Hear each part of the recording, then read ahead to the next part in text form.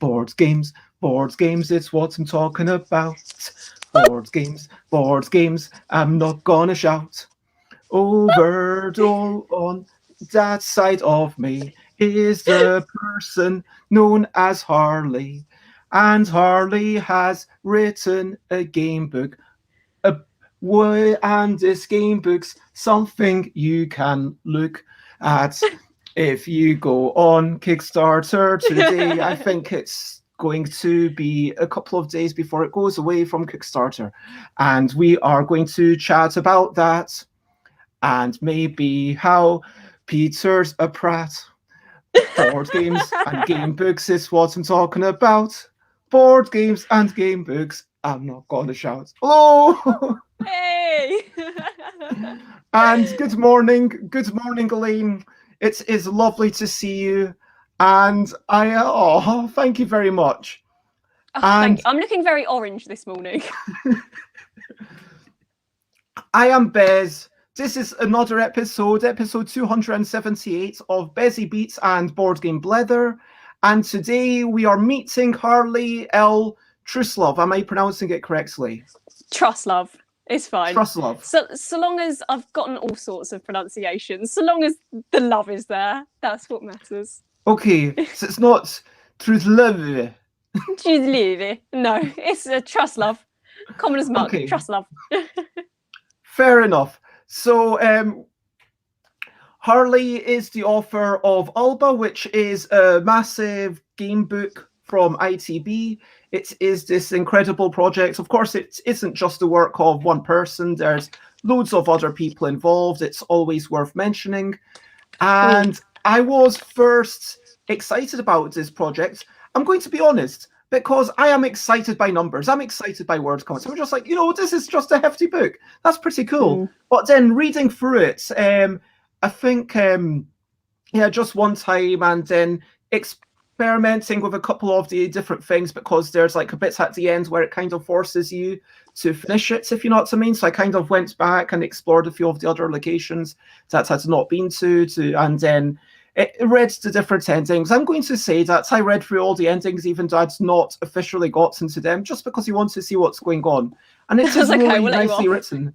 And like the bits with the breakdown, oh my god, that was like, it's so it feels like actually there's a lot more going on in the book than just a hefty page count. It's also about the nature of it, the fact that all the choices are solid paragraphs. It's not just, okay, you're going to be turning to a different page every 30 seconds and then you've got to draw a map, which, I'm doing that on stream with Fighting Fantasy, but it's not my favorite way to play a game book. I like kind of doing a bit more reading, and if you want a bit more reading, then maybe it's worth checking out. Anyway, I gave the first impressions of that. But, oh my gosh, hello, Matthew Dunstan. Thank you for reading. That is super awesome of you. Hello, Timmy. Lovely to see you. And we've got Alex, Rob, Nicholas, Jay Foolsguard, Xate, obviously Matthew Dunstan. Thank you for joining us, everyone. And see Harksummer. So Harley, if you are an author, you are how would you describe yourself? And first question, how would you describe yourself? Probably just as like a little gremlin is what I usually go for. But I very much feel I'm a bit of a jack of all trades, master of none. But as I say, it's better to be a jack of all trades than a master of one.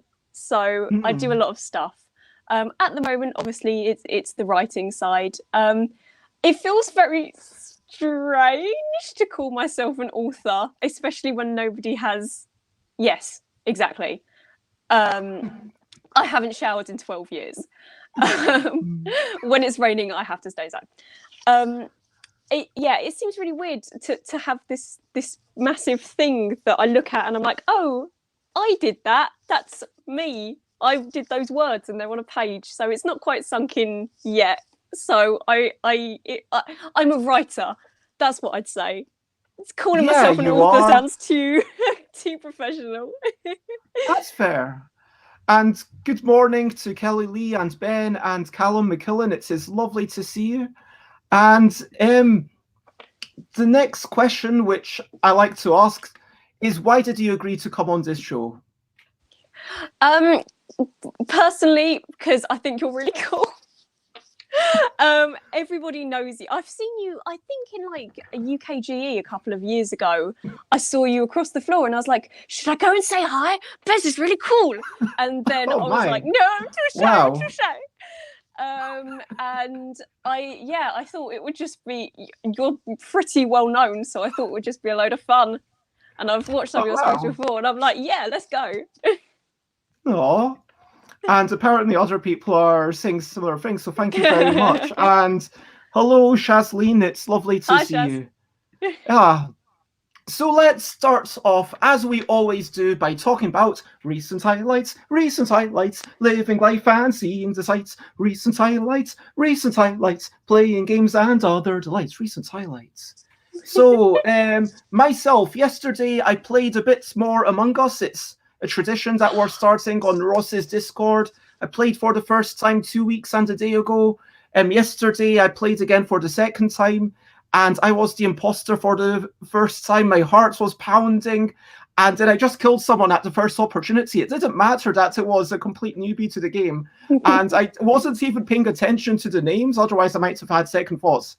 I mean, I'm not so much, but I was just like, okay, I've got to, and then I came out, and then I got caught in a web of lies because I didn't properly understand how the game works, because apparently only one person can go on the scanny bits at a time, and the coach was like, oh, you weren't scanning, and I was like, yes, I was, and that was the best lie I could come up with. Yes, I was scanning, I'm going down with this ship, fine, you can all eject me. And I was still trying to work out how the sabotage thing works. I don't quite get it, but hopefully once I've played a wee bit more, I'm still enjoying it. It's such a lovely social experience, especially in this day and age of us not being able to be physically next to each other.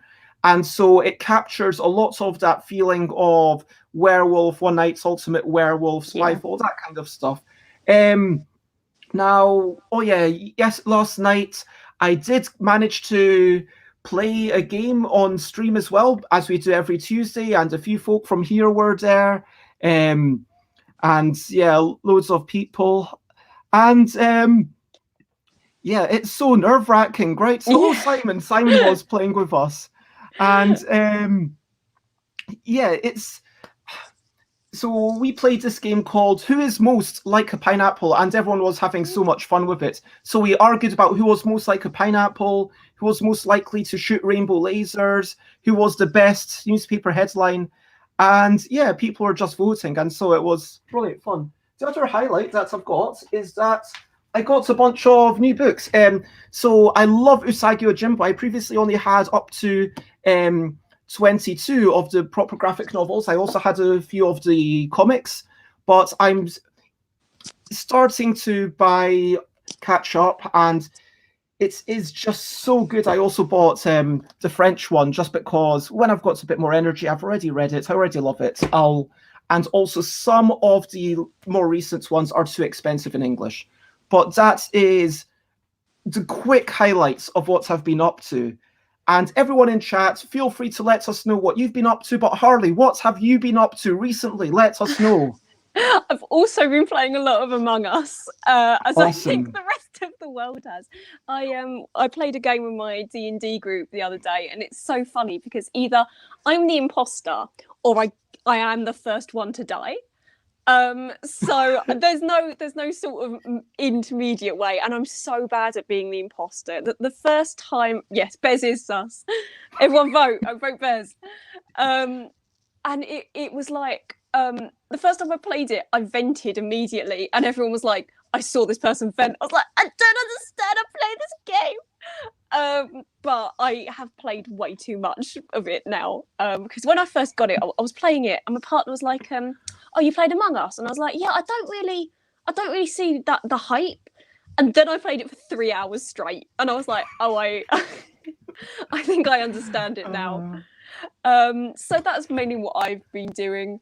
I wish I was doing like more exciting things, to be honest. I've been playing a lot of Sims as well.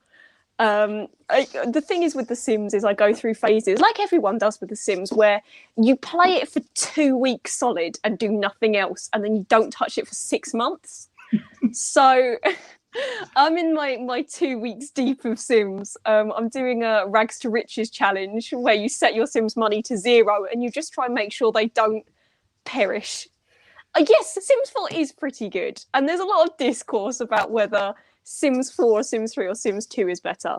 I do think Sims 3 is the best one, but Sims 4 has such good graphics that now whenever I try and play Sims 3, it makes me feel really sad just looking at how blocky they all are. I'm like, no, I need my good looking Sims. Also, with Sims, you can actually design graphical fidelity. Well. It does matter, especially when you're trying to empathize with these little creatures. Yes, exactly. It's like, if this person looks more like a human, I'm going to want to make sure, they get to the toilet on time or whatever. But I do love my Sims. Unfortunately, EA has me in their little claw, so that's what I've been doing. And Alex said that they would like to try Among Us. Well, you know what? We've got a schedule. It's going to be in 2 weeks' time at 6 p.m. UK time on Tuesday. So not next Tuesday, but the following Tuesday. If you want to join in, you're more than welcome. And if we get like 11 players, I guess we'll split up into a 5 and a 6. Do you know what I mean? It's all good. And so join the crowd and let's have some fun together. And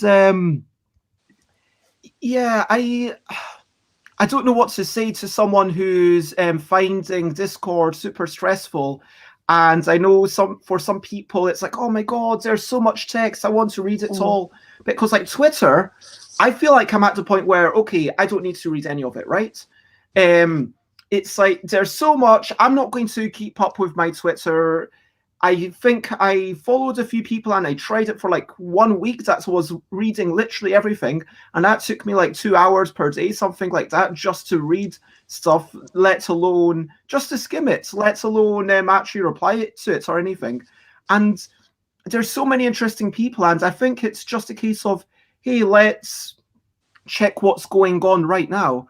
Whereas Instagram, and Facebook is a similar position where if you put something on Facebook, I'm probably not going to see it. Let's be honest. But if you put something on Instagram and I'm following you, there's 100% chance that I will see it because I follow few enough people that I scroll until it says, you've now seen everyone. Do you want to see older posts or do you want to see stuff that the algorithm lets you see? And at that point, depending on my mood, and I'd rather have a couple of those algorithmic posts and just make sure that if I'm following you, I see 100% of what you're seeing. And if it ever gets too much for me, I might unfollow you. And the fact that I'm not following you doesn't mean that I don't love you or I don't love your stuff. It's just that maybe I can't keep up with it or whatever. But someone suggests tritone. Discord is something to do with intervals, not forming a harmony that fits with expectations. Not sure what, Rob. I don't think the idea of the internet is to see it all, says Alex. Yeah, but sometimes it's nice to have this little bit, just this wee bit. Corner. Where you actually, your corner. Yeah, yeah. Like, okay, I will finish the internet one day. But, and then I'll go and break the internet and I'll be like, I'm done. No more internet for anybody. How do you cope with like this feeling of missing out? Because that's what it is fundamentally, isn't it? This feeling of, oh my gosh, there's so much going on. I'm missing out and I've got to keep up with it, but I can't. How do you deal with that? It's a tricky one because I do find myself just on my phone all the time, just scrolling through social media, and it's something that I need to make a concentrated effort to stop doing, because once again with Twitter especially, because you can just follow so many people and people are always talking about, you know, things, tweeting their opinions, and it gets to the point where you do think, oh, I'm never gonna read all of this, and what I am reading is quite sad at the moment, unfortunately. So there's no good answer though, is there? If you want to read it, you're gonna do it. It's such a tricky one. I get it as well. I'm always like scrolling on my little phone, and it's a bad habit. It's a bad habit. And Rob, yeah, sorry, Rob. Yeah, I didn't get the joke, but yeah, it was a definitional joke. And I had this in the back of my mind, but no, maybe I'm a bit too literal sometimes, and a bit too. But there is definitely something.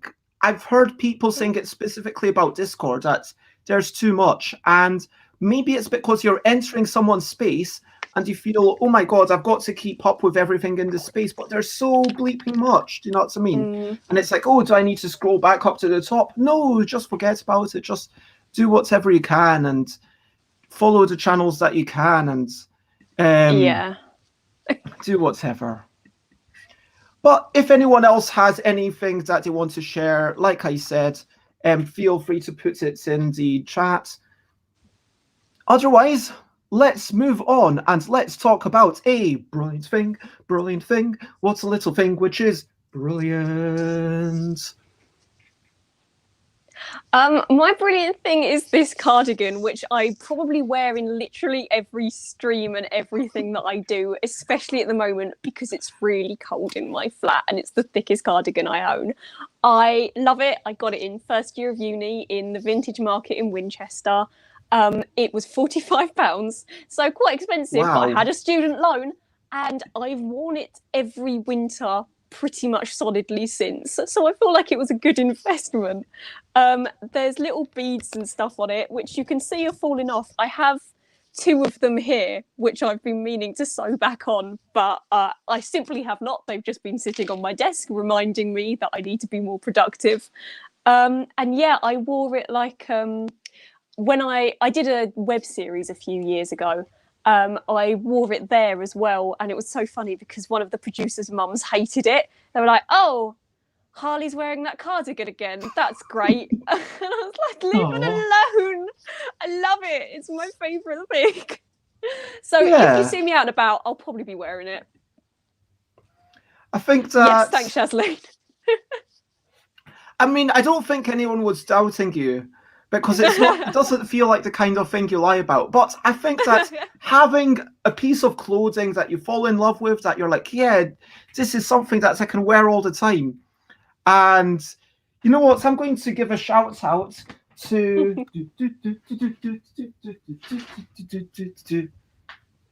this jumper from a friend that I'm not wearing, because, and it's maybe, I would prefer it if it was a slightly brighter red, but when you want to cozy up, maybe you don't want the brightest red, you're like, and my friend, shouts out to Miquette, who gave it to me and was saying, oh, Bez, you know what, I don't wear this that much, but it made me think of you because it's red, and I think it would look good on you. And so I liked it. It's cozy, it's warm, and yeah, that's it. And if you have a favorite piece of clothing, let us know in chat. Do you have a bit of clothing that you absolutely adore? Exactly. And so let's move on. And that's my mum.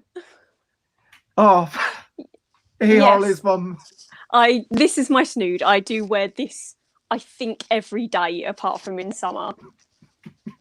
I am like a cartoon character. I have an outfit that I have and just wear every day. Like, the bottom layer will change, but these things will stay the same. Yeah, and this hat, which I've stolen from my boyfriend. If you've got stuff on underneath, you can get away with doing that, and maybe it takes one day to put in the wash every couple of weeks or whatever. Yes. But let's move on to the people's favorite section, which is the questionably quick questions. And you can ask anything you want, as long as it's kept respectful, of course. I'm sure everyone knows where the line is. And yeah, whether you wanted to know, let's start off with the easy stuff. Where exactly are you, in as much or as little detail as you're willing to share, and what time is it? It is like 10:15. Sorry, I'm in my room. really quickly. You can see our wardrobes, mine and my partner's, and there's lots of. That's my partner's side. He collects beer, can decorations, and this is my side with lots of pictures my friends have done and photos, and that is a signed autograph from the voice actor for Arthur Morgan in Red Dead Redemption 2 my friend got me for Christmas. Wow. Yeah. We both love him. He's very cute. Okay. Xate mentions they felt that when Xate got her old punk leather jacket, I still wear it sometimes, but only until it gets cold, because I can't use it as a zipped up jacket anymore for weight gain reasons. Oops, says Xate. With a fixed outfit, you're like the Doctor, says Callum. I'd be the worst Doctor. And our first question from the audience is, do you like orange pop? Yes. I have been drinking nothing but Fanta recently because I used to be addicted to Pepsi Max. And then I started getting heart palpitations when I was just sitting there. And I was like, oh dear, this is probably a bad thing for my body to be doing. I need to switch to something with less caffeine. So yes, Fanta was the drink of choice. Okay, so it wasn't about the sugar, it was all about the caffeine that was damaging you. Well, yeah, Pepsi Max hasn't got sugar in it. It's all sweeteners. And lots and lots of caffeine. It's because our whole D&D group, we will, in the main campaign I play, we will play for like 12 hours and get through dozens of cans of Pepsi Max between us. Wow. And yeah, it got very bad, and it got to the point where I couldn't go a day without Pepsi Max. So I had to make a marked effort to change. I mean, I know that it's kind of a stereotype, but do you think that gamers are more likely to live unhealthy habits? Yes, I think, well, eating junk food is easy, especially when you're doing something.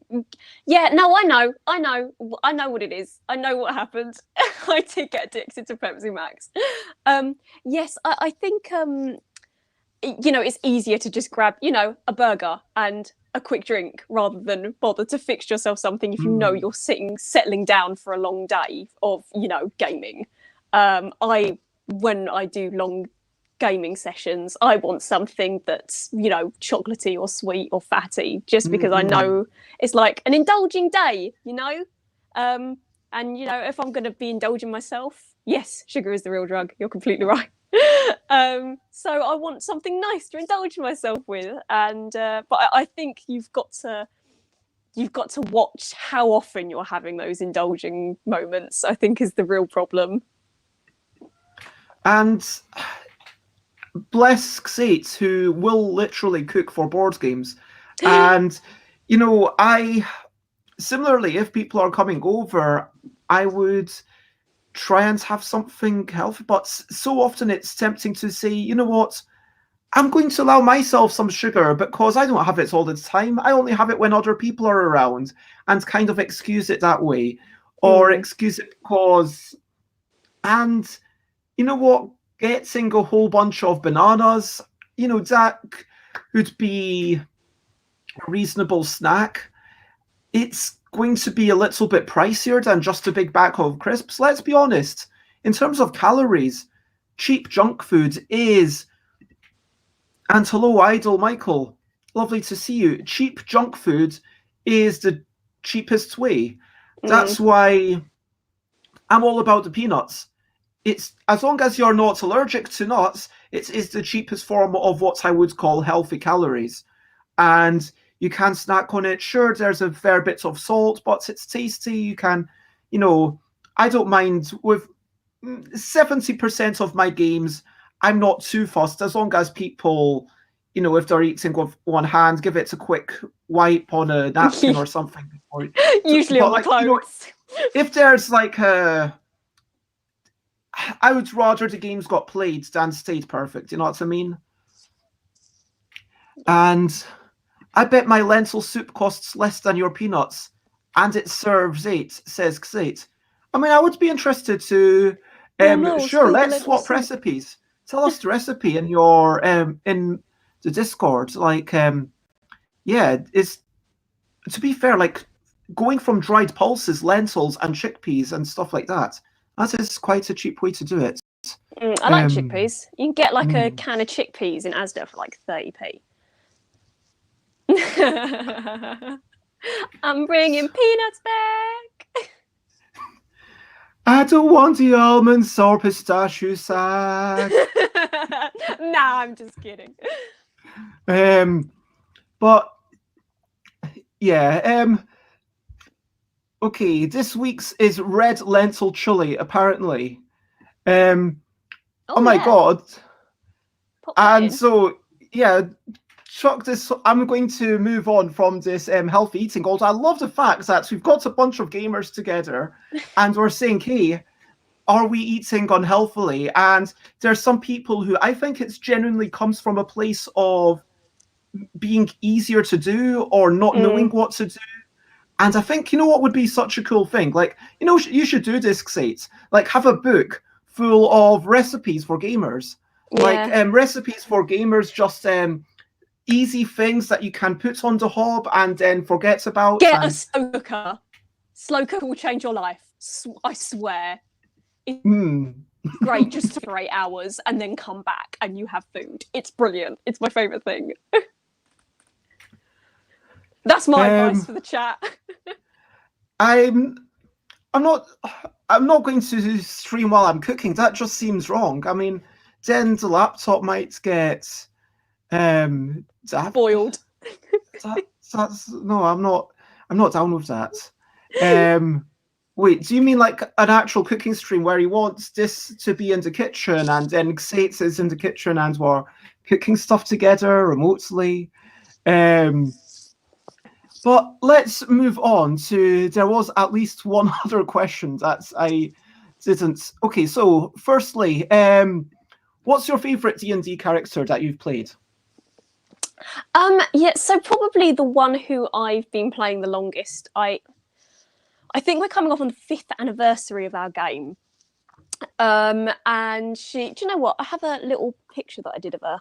Is it basically just D&D or do you dabble in other systems? So I did D&D for the longest. We did a campaign of the Star Wars RPG. That's over. That took about 2 years. That was a load of fun. And we're currently doing a Game of Thrones RPG. I don't love Game of Thrones as is really good, and he does way better with the franchise than the showrunners did. So the setting is really interesting and fun, and we're playing that this weekend, so that's really cool. But yeah, when I host games, I usually host D&D, so that's my favorite, probably my favorite system. But yes, this is Brew. She's my baby. I love her. She's my half-orc barbarian ranger, but she only took classes in rangers so that she could get a dog. Because I rolled a natural 20 dogs were attacking us. Yeah, I was like, I guess you have a dog now. And yes, we are currently, because we're doing an epic level campaign, we are currently level 25. So it's incredible because like there's a Zeph who has psionic powers and like the cleric who has wings and can fly, and I'm like, I can hit things quite hard, which is the wonderful thing about playing a barbarian. So she's my favorite character. I love her very much. Okay, Xate has a question that's been asked a lot recently. What's the sound of your favourite colour? My favourite colour is pink, so I would say probably like the sound of a soft heartbeat, or the sound of the ocean waves gently breaking is like the dusk is settling over the beach. That sort of Wow. dusky pink. Yeah. The colour of a rose that's just a little bit too far into its bloom and is beginning to die. That's lovely. The colour of the sound that my snoot makes when I rub it up against the microphone accidentally.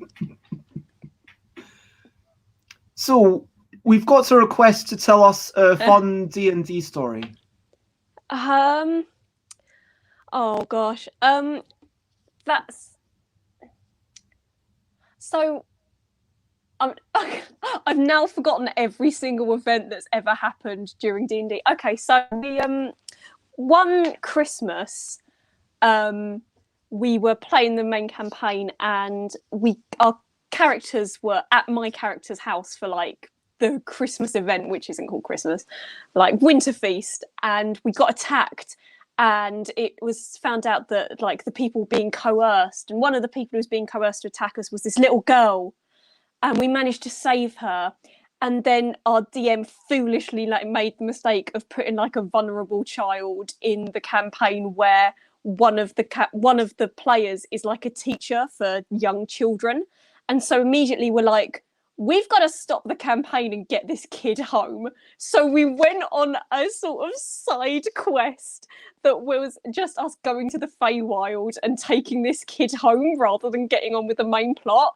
And we were all like, well, if you didn't want us to do that, you shouldn't have put this poor child in the campaign. It's your fault. And it was so funny because half of us were really into it and half of us were just like, just throw her into the Feywild and let's be done with it. It'll be fine. We were like, no, we've got to look after her. We love her. And it was like, well, once again, your fault. You should have known what was going to happen. Put a child character in that we had to look after. That was fun. Nice. That was a fun 2 months or however long it took for us to do that. That sounds amazing. We've got a lot more cooking chat. So Nicholas is talking about doing meal prep. So Nicholas's family cooks intensively once a week and then in between if they want something else. Yeah. And Michael might do a live stream all about cooking. Yes, do it. Callum, on a day where Callum's having lots of people over, there would often be a big pot of slow cooker lentils.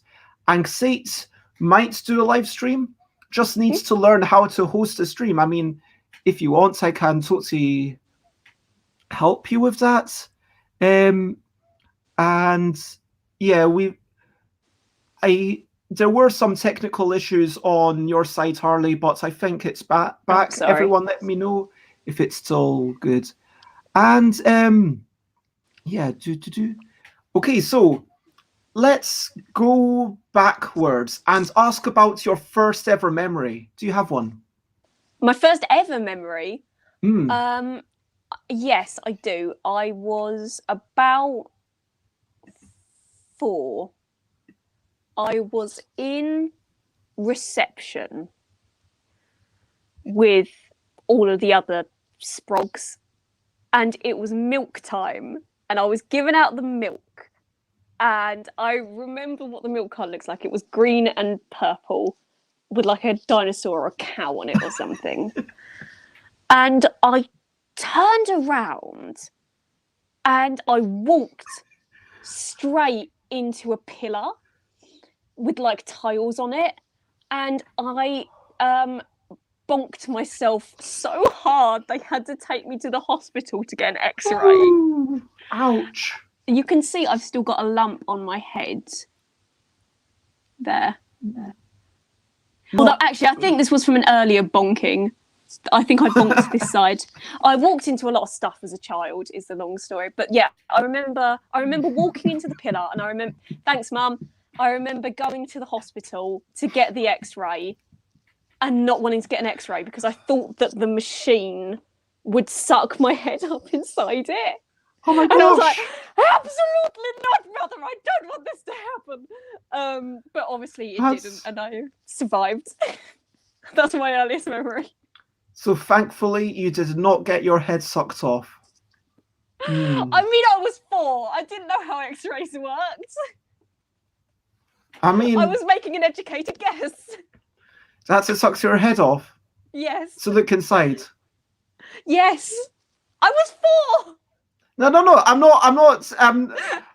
not casting judgments. Honestly, that doesn't sound unreasonable. I mean, but that's my earliest memory. Oh my gosh. It's so embarrassing. That's yeah, we've already established that Harley's mum.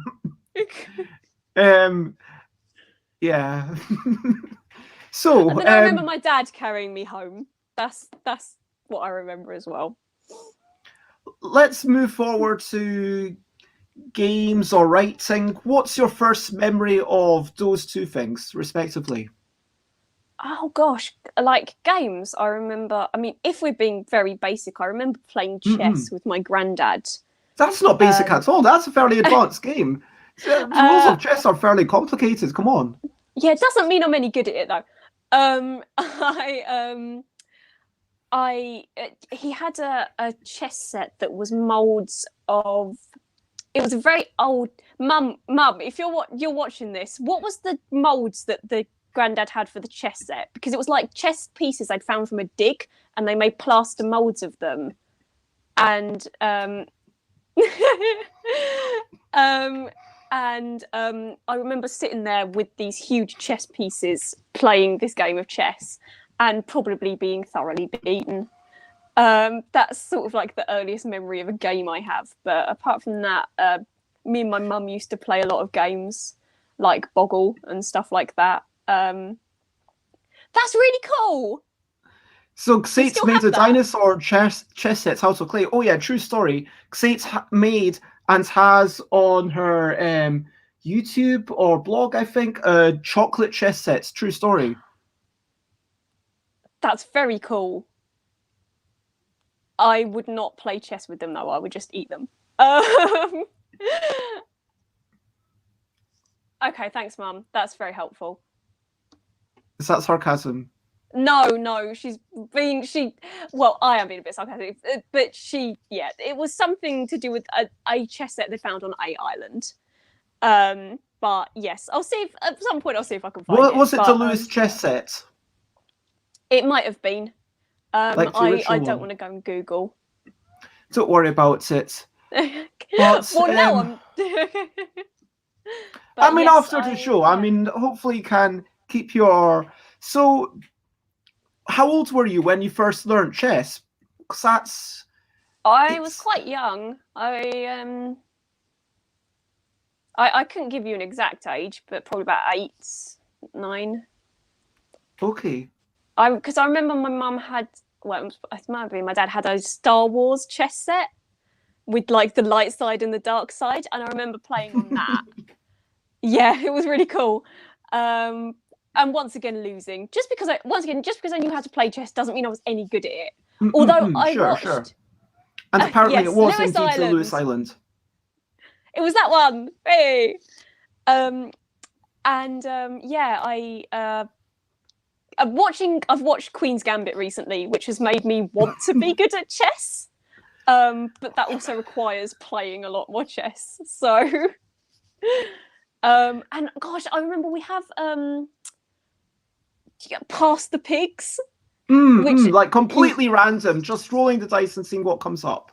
Yeah, Pass the Pigs. I mean, I say rolling the dice, but instead of dice, you've got pigs, of course. Pigs, yeah, and you would put them in your hands, you would roll them, and then you'd throw them, and depending how the pigs landed, would mean you get different amounts of points, and that's the game. And if the pigs land touching, you lose all your points, and you have to start again. Game of Kings. Yeah. Love it. I remember playing that when I was quite young as well. So those were probably like my first games, but I didn't get into more of what we would consider like the the proper board games until I was at uni, really. I mean, I'd like to talk about those things because that is very much two ends of the spectrum. Just complete random nonsense. And I say that in the most loving way. I mean, yogi is nonsense and I designed it. But yeah, the most random tomfoolery, let's go with that word. Yes. Insane. Almost devoid of any skill, let's be honest. And then on the other hand, you've got chess, which is completely predictable. Of course, you don't know what your opponent's going to do, but there's absolutely no hidden information, no randomness at all. And I know you've grown a few years since you were 8 years old. I mean, you're definitely old. Yeah, I mean, you're more than double that age. I'm expecting. Yes, I promise. More than triple that age now. Okay, old. Great. Anyway, so no, I'm 10 years old, but I'm a very mature 10. Wow, been to university and everything. I know, I'm way above my time. Man, you've achieved so much. Anyway, so in all seriousness, where do you fall? How much luck do you want in a game? How much rules do you want in a game? What's your gaming tastes now? How have your... Yeah, do you still enjoy the full spectrum of everything? Or is there something that you gravitate a wee bit more towards? Well, I prefer that games... I think a lot of this... I play a lot of card games, specifically the Pokemon card game. And that's because it rocks, that's why. That's why they gave you that present. My problem with the Pokemon TCG, though, is that it is so much about the luck of the draw. If you don't get a good hand when you start, no matter how strong your deck is, you're still going to lose. And that's why I prefer overall games that are more skill-based rather than luck-based. Good. We love Espeon. We love... my favourite Pokemon is Aromatisse, and nobody knows what that is. She's a little creepy pink girl. I love her very much. Yeah, I have quite a few board games out there. My favourite board game is probably Mysterium, but that's because I do like co-op board games where we aren't necessarily competing against each other. We're playing with each other, and I like. There's a game that my friend has, and it's like a Star Trek dice rolling, like dice assigning game, where you all play as members of the crew and you have like cards that you turn over and you have dice to roll and you've got to try and match up the dice and complete directives. And I just think it's a lot of fun, board games where you're all playing together rather than against each other. But a lot of my friends are really competitive and think the opposite. So yeah, I do like to be fair, I'm not very well played when it comes to board games. A lot of my friends have played a lot more than I have. So whenever they suggest something, I'm usually up for it, giving it a go, seeing if I like it, and then going home and immediately buying it. So I would say my favourite games are more skill-based than luck-based. But to be honest, so long as everyone's having a good time, I think that's the most important part of a game. No, 100%. It is all about people and matching the game to the people, for sure. Now, I think it's a really interesting thing to talk about, but we've got so much to talk about. Sorry, yeah. And if anyone has any questionably quick questions, be sure to get them in within the next couple of minutes. I think your mum's reminding you about Ankh-Morpork. Yeah, I got my mum the Discworld Ankh-Morpork game a few years ago for her birthday, which is amazing because it's out of print now. It's like goes for hundreds of pounds on eBay, so I was really lucky to get it. And I say we play it. I make her play it with me every time I go home for Christmas or the summer, and it's just everybody gets a personality card, and you have different win conditions, and you have to try and beat each other and just be as nasty as possible to each other. And it's really, really, really fun. And I'm really sad that it's not in print anymore because more people should play it. It's really good. I mean, they did the kind of refaming of it, Nancy Narking or something like that. I'm not sure off the top of my head. Because As I said, I'm not well definitely, played. no, there was a Kickstarter where I know some people say, "Oh, it just works well with the Ankh-Morpork theme," but I would be interested to ask Helen, how much forcing is going on? So for the next couple of minutes, Timmy's a fan of co-op games and video games split screen. Yes. Sate asks, have you tried a crew? And do you want to try the crew? Do you want to try to crew with Sate? Sate is I addicted. have not tried it, but I will write that down, and I will. And Sate wants pop to it in my play it bullet online journal. with more people. Yeah, sick. I'll write that down. The crew. I've not heard of that, but I'm always up for finding more co-op games that aren't just Among Us. Can't remember the name, but Callum confirms it was re-released with a London theme. And that's not as fun. Yeah, so let's speaking. Okay, so let me do.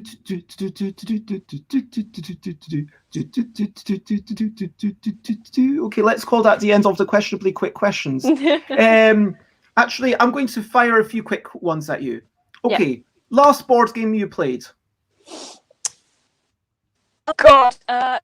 Epic Spell Wizards, the Battle of Mount Skullfire. Nice. I love this heavy metal art. This is like total punk rock aesthetic. Okay, what's the last person you spoke to in real life? My partner, when I was telling him to get out of bed. Okay. What is one of your favorite games? As I said, probably Mysterium. Great game. Okay. Love it. And other than Mysterium? I really like Betrayal at the House on the Hill. So I'm sensing a lot of strong desire for flavor, for narrative, which makes sense, being a writer. Yes, yeah. So you mentioned co-op games. What, if you were to play a co-op game right now, what would it be? Would it be Crew? Do you like playing new games? I do like playing new games. Once again, I have not heard of Crew, but as far as game recommendations go, I am. And here's a bit of a product placement. I'm always up for playing new games. As I said, I have a lot of friends who are more well versed with games than I am. So whenever there is a game suggested, I'm always like, absolutely, let's do it. Getting out of bed is hard. Let me and shout out to Board Game Arena. And let me ask you, what's your favorite number of faces on a die? Probably 12. The D12, okay. So you like the dodecahedron? Yes, but that's because I play as a barb, so D12 is what I roll for damage. Okay, so it's more the relationship that you have with it than necessarily the object itself. Yes, okay, but I do like D6s when I'm painting them, so they're just easy. My next question is going to be books or podcasts? That's a horrid question. At the moment, podcasts. Okay, let me ask you the last book you read and one book you'd recommend me to read. Parable of the Talents by Octavia E. Butler. I finished that 2 nights ago. I wouldn't recommend it. I would recommend the first book of that series, Parable of the Sower, which is really, really good. Post-apocalyptic you think it goes sort downhill? of thing.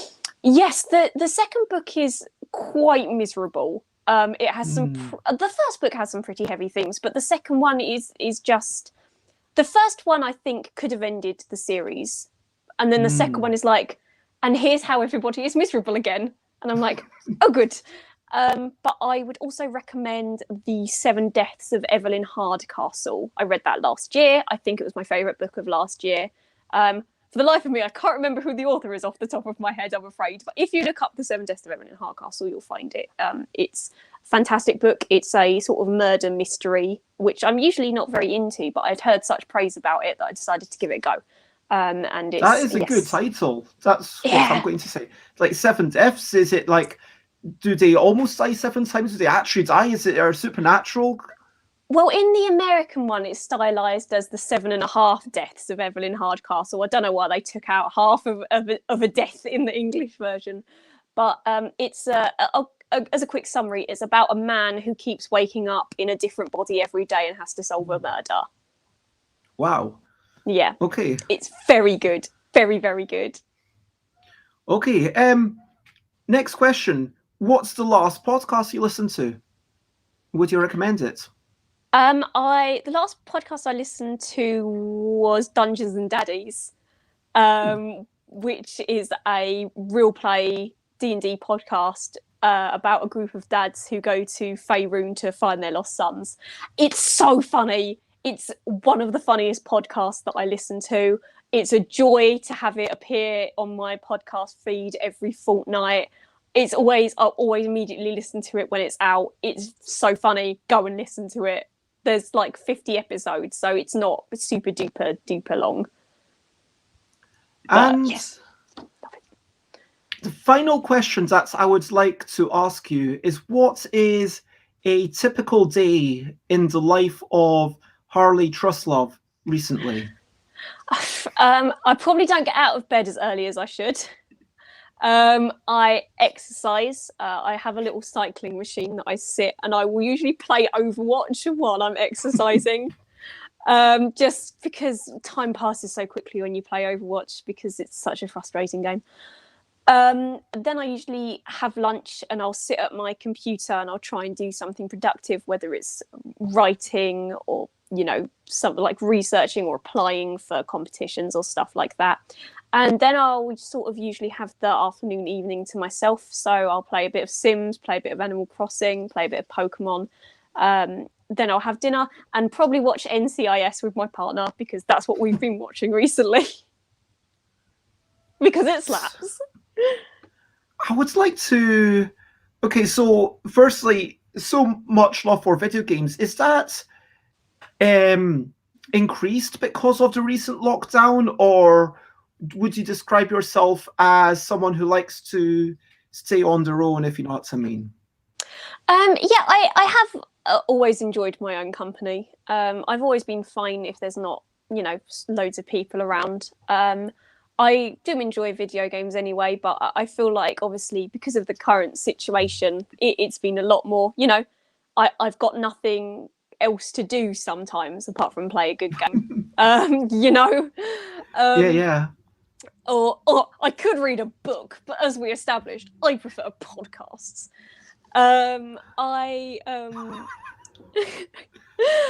So I think that, for example, the last year, March, Animal Crossing New Horizons was released. I've played about 500 hours of it, which I definitely would not have done had there not been a lockdown on at the time. Yeah. It's quite bad. I would get up, and for about a solid month, it was all I would do. Just sit there and play Animal Crossing. And I've slowed down a bit now.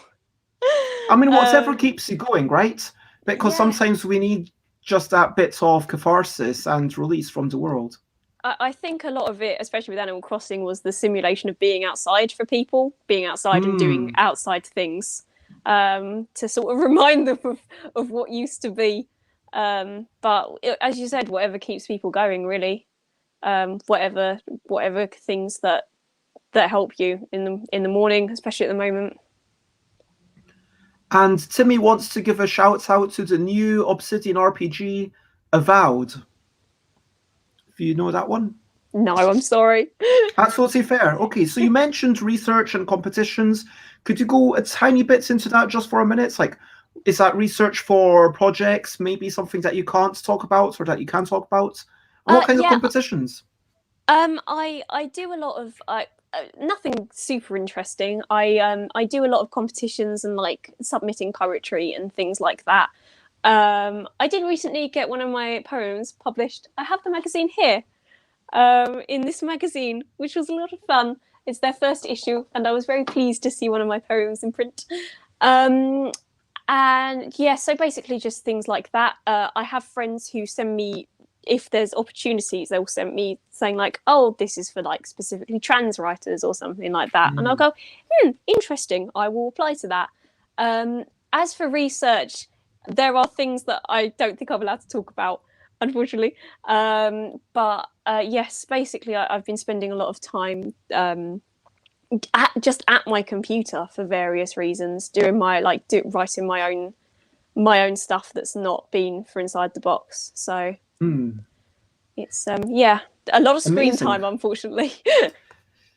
I mean, it is what it is, but yeah, it sounds like it might sound a bit dismissive, but genuinely we have to be willing to accept the situations. Now, I want to remind everyone that even if I don't flash up every comment, please keep the chatter going. You're lots of love to everyone, and feel free to ask any respectful questions. I am going to try and now get to a bit more on topic, even though there will probably be some tangents and, of course, from like follow all that good stuff. And so let's get, I mean, we've already been meeting Harley, but let's talk about game books. Yeah. What was the first ever game book you read? I've said it before, I'll say it again. It was the Goosebumps Toy Terror Batteries Not Included. You say it with such relish and enthusiasm. Yes, because I remember there's so much about it that I remember. I remember marking pages with my little fingers so that I could go back when I got to an ending I didn't like. And I remember the front cover, and I remember like a couple of paragraphs and things that happened. Like, obviously, Goosebumps, you know, horror for kids. So there was a lot of endings in that book where you just died. Like, there was one where, you know, you're playing a kid character, but you get shoved out a plane. And I was like, oh my gosh. I mean, some of those Goosebumps, I had a couple of those Goosebumps books, or it might have just been one, like full of short stories, but they were actually quite grisly. And I remember as a child, I don't know if you ever read a book called Grinny. No. It was a book, and this actually almost terrified me. It actually pretty much gave me nightmares. It's a book about a robotic granny who maybe the robot comes from outer space.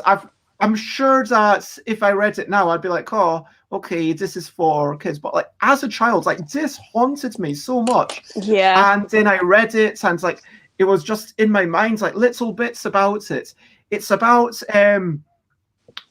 I don't think it's going to spoil things too much if I say that it's about some children, and then this granny comes along, and it's like, hey, oh, there's your granny. And they're like, wait, did we have a granny?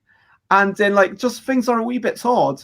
And then they find out more and more, hey, things are, and I remember it being fantastic at giving you that intense sense of unease. I remember reading Roald Dahl's The Witches. And there was one illustration, and it was where the boy gets chased up a tree by the witch, and he's looking down and she's offering him a snake, and I was like, absolutely not, I'm 9 years old, this is traumatizing. But you know, if something is as long as you don't enough, shower, that's why you don't shower, clearly. Yes, so that you don't get chased by the witches, because then they can't smell you. Yes, exactly. Good remembering. The new film is out, which I do need to watch as well. Although I did find, actually, I won't talk about that. It's fine. Yes, do book club of children's books that we read. What? Like on Friday, come back on Friday, Friendly Friday Forum. Anything goes. So let's go back onto topic. Game books. That's what we were talking about. Yes. Sorry. Yeah. I was the one who started this tangent. I don't know why you're apologizing. I'm sorry for letting everybody down. That was the first one I remember playing. To be honest, I didn't play a load of game books growing up. I remember, for the life of me, I can't remember what it was called. But after I moved in, we moved to Kent when I was 11 because my mum remarried, so we moved in with my stepdad, and I was going through his books, and there was one that was like a sort of fighting fantasy thing about like a mummy's tomb or something of that ilk. And I don't remember what it was called or who the author was. I'm sorry, but I remember opening it and it was like, this is what you'll need: paper, dice, a list of things. And I was like, oh my goodness, this is going to take forever. The text was tiny, and I got about 5 pages in and immediately died. And I thought, perhaps this is not the thing for me. So I put it away and never played it again. And I think that's where sort of the need for Alba to not be reliant on luck systems sort of came from. So that you weren't just ever, you roll poorly, you die in a fight, you know? Yes, I think it was that. I think it was that. So I don't know what number that Sorry, is, I'm but amazed. hey, I'm not as good as Elaine. Elaine did this amazing thing of helping Elaine and CD between themselves manage to find a song that I hadn't tracked down for so long. But yep, I know the keywords to search for fighting fantasy. Yeah. Timmy asks, "Are you afraid of the dark? Scared?" Oh, that's just a comment. Scared me more than Goosebumps when I was a kid. But Yeah, I was more of a Goosebumps kid myself, so I don't think any of them actually scared me, but... Would you say that you love game books, or would you say that you like game books? I mean, what's the difference, and where would you put yourself? And it's okay to like make something that you aren't loving, but what would you say is your relationship with game books at this point? Yeah, I've definitely come to like them more. It's not that I actively disliked them. It's just that I felt, you know, it's different rolling dice and doing, you know, things like that when it's a big group of you playing Dungeons and Dragons. But when it's just you on your own, I always feel like I'm getting a bit, you know, stiffed if I roll a dice and then the book's like, and you're dead. And you're like, oh, brilliant. Thank you, book. So I think I always felt, you know, things like that were a little bit unfair. So I always preferred, you know, choose your own adventure books where you just pick a path and go. You don't have to roll any dice or anything like that. Most recently, I actually read, hang on, he won't mind me showing this. This is Chuck Tingle's Escape from the Billings Mall. I've talked about Chuck Tingle before. I will talk about him again. He's an incredible author. He originally was made famous for writing dinosaur erotica about like handsome T-Rexes and stuff. And his universe has expanded, and I love his Choose Your Own Adventure books. He's a very sweet man. He writes a lot of like bisexual stories and transgender stories as well. If you don't know Chuck Tingle, go and look him up. He's one of like the most genuine people in the world. I have, yeah. And Timmy asks, what is a game book? So, how would you define it? I would say a game book is like a one-person role-playing game where the book is your dungeon master and you are the only player. So it's a story that you're following. You make the choices. The choices you make will impact the story. You turn to different pages depending on the choices that you make. That's sort of how I would describe a game book, specifically Alba, probably. I mean, for sure, had a whole conversation with Scott. Sorry, I can't remember what episode it was, but Scott, someone with the big Scott Moore, that's the one. So if you go into my YouTube and search for Scott game books, then you'll probably be able to find it. And yeah, we talked for a couple of hours about what is a game book, and basically half an hour of it was just talking about the definition, how some people say you need to roll dice in order for it to be a game book. And some people say, oh, if you're just, there needs to be a game aspect as well as the book. And let's talk why bother with these choices in a book? Why is that interesting? Why would you want a game book when you can have a book? Yeah, I think that that's an interesting question. But I do think, you know, any good book should be able to sweep you up with its narrative and you should be able to find yourself immersed in the story. But sometimes maybe you want an adventure where it's you playing it rather than, you know, the main character who you're reading along with. And I think, especially at the moment when people can't meet up for things like Dungeons and Dragons or, you know, big role playing games, and if you still want to get a flavour of that, game books are the thing that you're going to want to go to, because they sort of emulate that without the need for lots of people being around. And I think it's just such a good way to be really involved with the plot of a book, because I haven't read a game book that hasn't been written in second person. So the story is about you. You're the one who's doing this, not someone else's character that they've made up. And I think that can be really good for like getting someone into a story. Yeah, that makes sense. Javier, I'm going to take this question. Have you read the Choose Your Own Adventure series? Because I know you said Choose Your Own Adventure, but I think you meant that in the more generic sense rather than specifically. And Choose Your Own Adventure is sadly a copyrighted term by that company. But have you read any of the actual Choose Your Own Adventure books? No, I don't think I have. I'm sorry. That's totally fair. Second, have you watched Black Mirror Bandersnatch? Yes, Pete made me watch it multiple times as research and do all of the endings. I think it's really good. I think it's probably the future of game books and things like that. Maybe not, but maybe a future, as well as actual books. The idea of interactive media. I think because people like TV. You mentioned, you know, the second person narrative, and that's impossible to get across in a film. It's all in the third person. And that's true. I actually watched two interactive films. One was with that.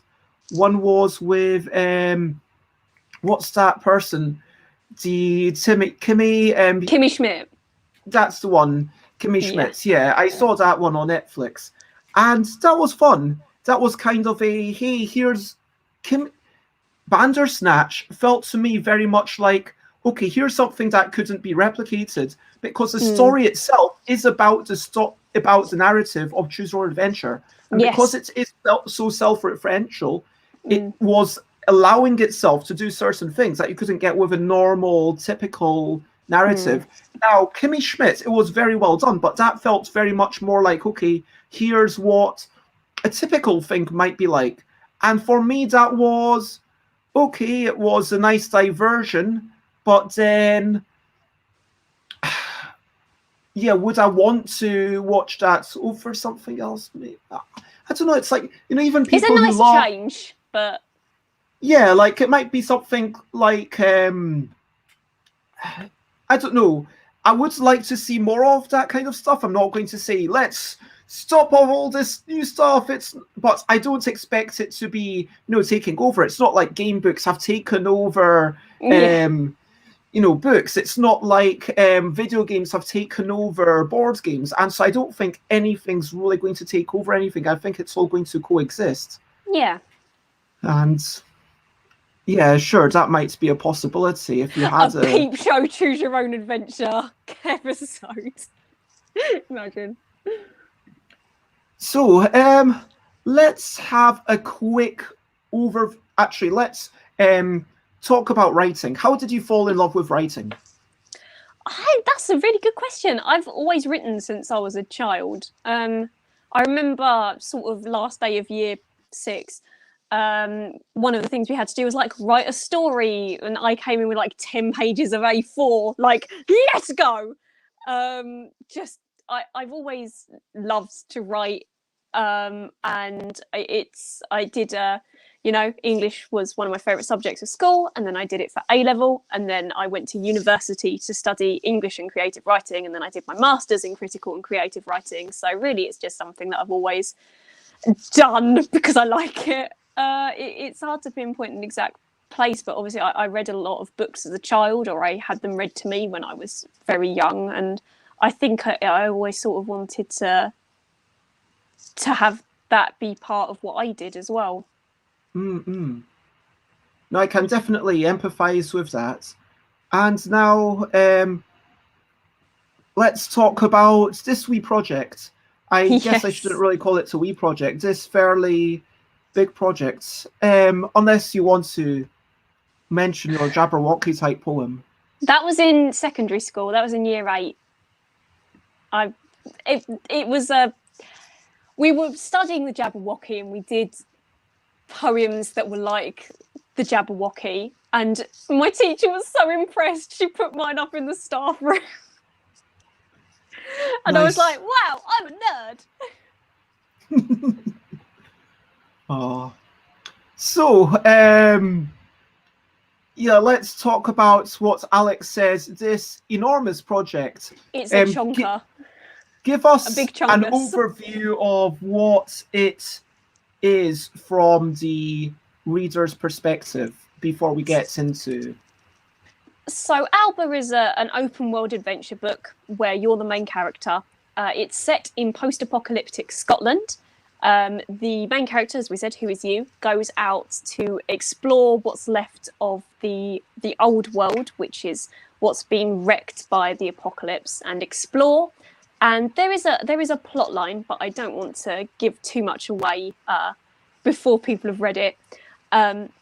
But the idea is that you explore all of these places. You have a map with locations on it. You can mark them down. You can go and visit them, mark them off when you're done, find things, and just explore this whole world of this post-apocalyptic wasteland. So that's it at a glance. And there's a couple of interesting things that this book does. So the whole chapter structure that, okay, you've got a map, and at the end of each chapter, once it's finished, it says, okay, now decide where you want to go after this. Yes. I found myself, maybe because of the numbering system, which might be worth actually hear some feedback, kind of mixing them about, going straight back to the place, which sometimes doesn't make the most sense because the narrative kind of expects you to maybe have gone somewhere else and then come back. And it's like, you know what, if it's right there on the next page, yeah, I might as well just go there. And it makes life you walk away like Grandpa Simpson, then turn and walk straight back in. Like, hi, I'm back, lads. But yeah, I think that's reasonable. Yeah. This whole chapter system where at the end of each thing it's, okay, you've got choices that came up, and you've also got some stats to keep track of. There's no rolling of the dice, but you've got to keep track of essentially your sanity, like, I can't remember what it's called. Stability, resolve, cruelty, and compassion are the 4 stats that make up Alba. And how did this whole project start about? Can you talk a wee bit about how it started and how you got since involved in it? Yes, so I inherited the project from inside the box. Basically, I had the bones of it, and then I had to sort of bulk it out and keep going. Really, it started off not small, but obviously it's ballooned into this huge thing with all of the artwork and competitions and social media. But really, it was just, here's some chapters. This is what you need to write.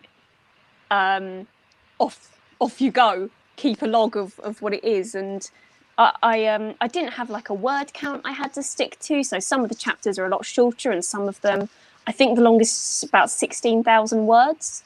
So some of them are a lot longer and things like that. But yeah, really it was just, I sat down, I think it took me about 6 months to write most of it. And then that was my bit done for a while. I handed it over, and then I came back and there was all of this, all of the Kickstarter, all the graphics, all of the incredible stuff that's being done. It's really amazing, especially the artwork by Marco Luna has really made it just beautiful. It's just, I'm allowed to be impressed by this side because I didn't have anything to do with it, so I'm not blowing my own horn, but it's been really wonderful to see so many people come together in the Inside the Box team to make it happen, because aesthetically I think it's just stunning.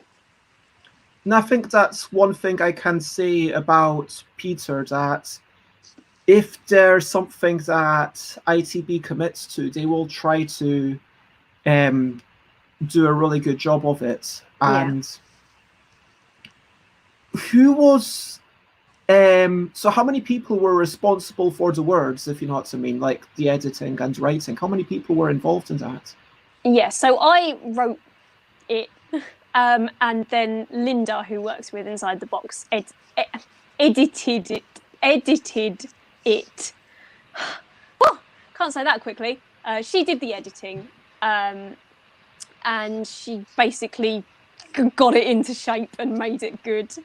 I think a couple more people read over it and made some more edits, but Linda was the main editor there. Linda, I've completely forgotten your last name. I'm so sorry. I want to say it's like Carter.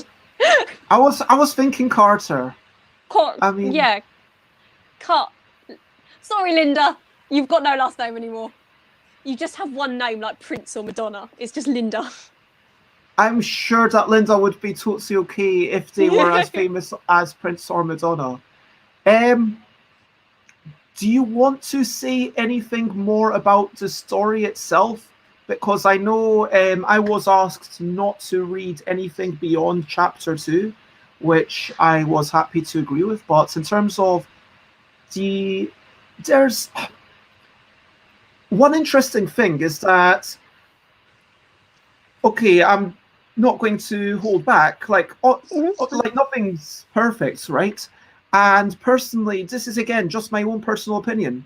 I felt like I would have liked a wee bit more scene setting at the start, like more of a prologue, which now there is like a prologue that's being crowdsourced, but it's not like hey, this is what you're up to, this is what the vault was like, and it's meant to be set in a post-apocalyptic future. I would have liked to know just a couple more pages before, because it starts off. There's already 1,200 of them, Bez. I mean, I would have liked some pages to set the scene before you're already traveling out to this island. Yeah, I do agree with you there, actually. I think if I had the opportunity to do it again, I would want to add more prologue. What I got was what I inherited from ITB was chapter 1 starts on the boat, but really I should have done more and done more of an introduction, because I think that it could do with a little bit more explanation, and I think that's why the introduction thing, the prologue competitions that we're doing are really fun and really good, just to sort of set the scene a little bit more about where you're coming from. But at the same time, I do feel like setting it immediately on the boat does throw you immediately into the action, and you're sort of having to learn as you go, perhaps like your character would be. So, but your character would already know about the vault, and that. Perhaps. Apparently, Linda's surname might be Canton. Yes, it is. I'm really sorry. I can't believe I forgot her surname. And Alex suggests that, it's left to your imagination, more mystery. What's going on? Yes. But that's... I don't buy that. Sorry. Anyway, we don't need to spend the entire show talking about my one tiny criticism. What was your favourite part of working on this? Probably writing the endings, to be honest with you, to sort of be like, oh, this is how everything that you've done so far, this is what it culminates to. There's quite a few endings. I think there's sort of 7 or 8 solid ones, and then they split into multiple choices at the end. So it's like, if X happened, turn to ending 2.2 or whatever. But it was really nice, especially because those were the last things that I wrote. So it got to the end and I went, oh, it's the end of the book and the whole thing, like, it's done. It was sort of kind of like momentous, and getting to the last words and be like, this is it, this is the last words that I need to write for this huge thing. So that was probably my favourite part. So I'm just going to listen to stream elements and do tiny bits of stretching. And I was going to ask, is your involvement now finished up? Or so do you have any relationship? I'm still doing things like, well, now I need to stretch. Competition judging, things like that. But mainly things have been passed over to the Inside the Box team for the sort of production and marketing and things like that. I'm just a little author boy. They're the brains behind the whole thing. No, that is awesome. And of course, the Kickstarter's gone fairly well. Yeah, I'm really humbled with the amount of support we've got, really.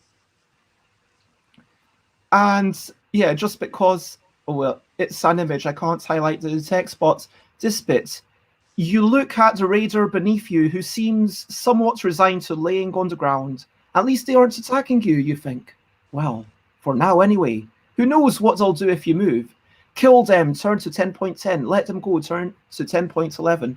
And the thing is, when you actually read that in context, I think there's like 2 pages.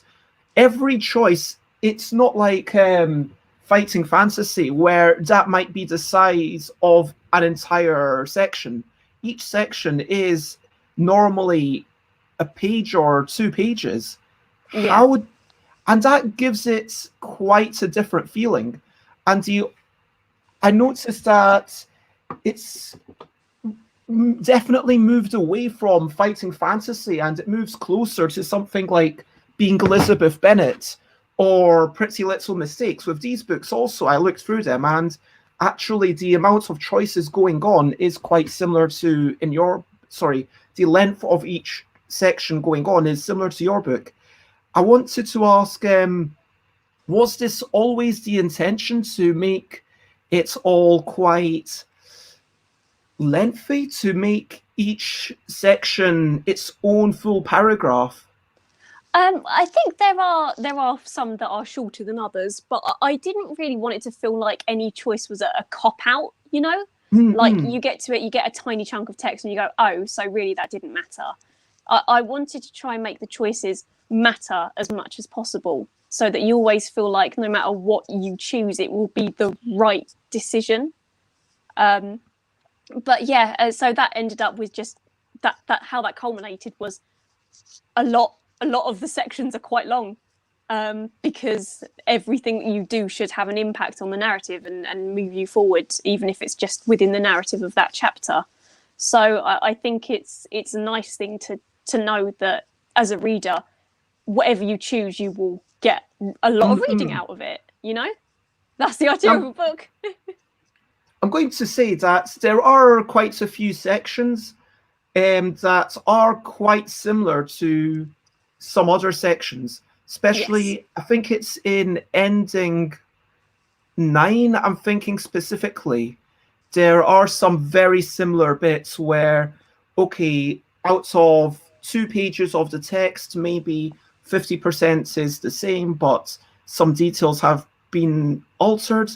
And in a sense, you could say, okay, well, this is a cop-out. In a sense, this book could have been maybe 70% of the length and just involved a lot more turning. But I think that because it requires less page turning, it's also different experientially. Do you know what I mean? It means that you've got, okay, you turn to a page and then you've got a couple of pages of reading and enjoying and savoring those words before you can move to the next one. And it definitely gives it a different feeling, which... There are a couple of instances where the text is very similar.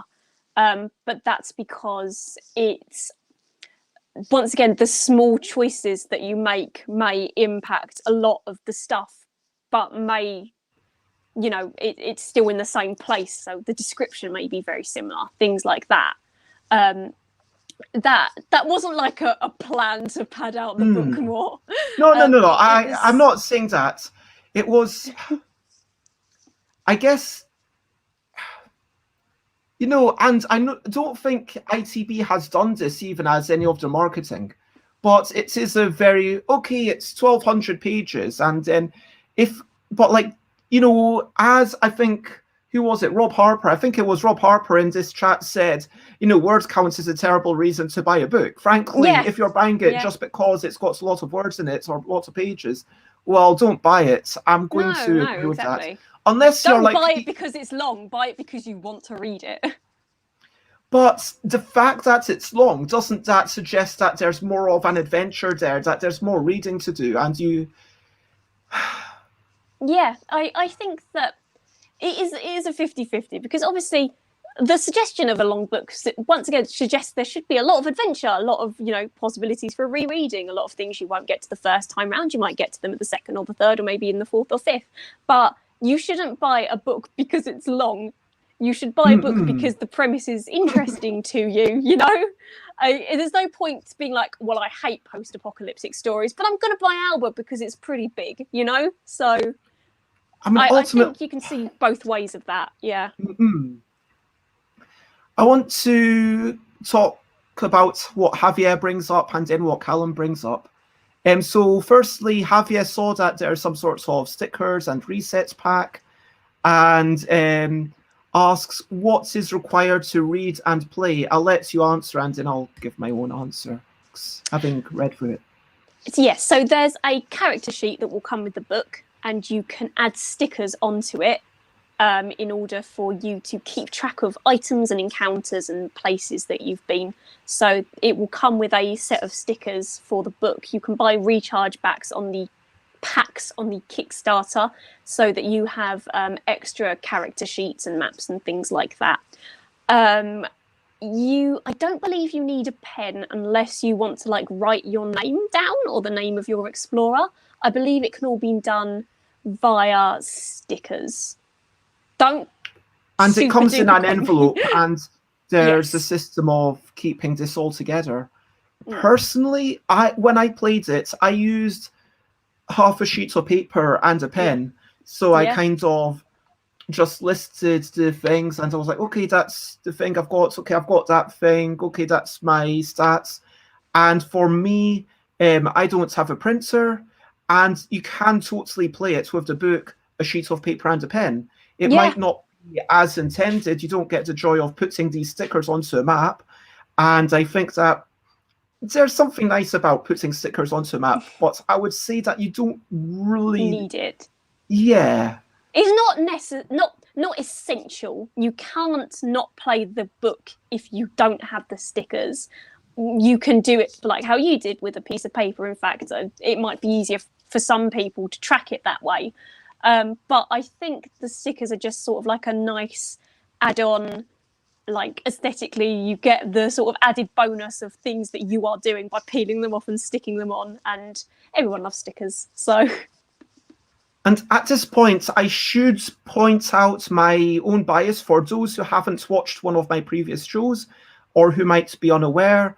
I am a co-designer of Seize the Power, which is a game that ITB has paid some amounts of money for to have the rights to publish it when they deem fit.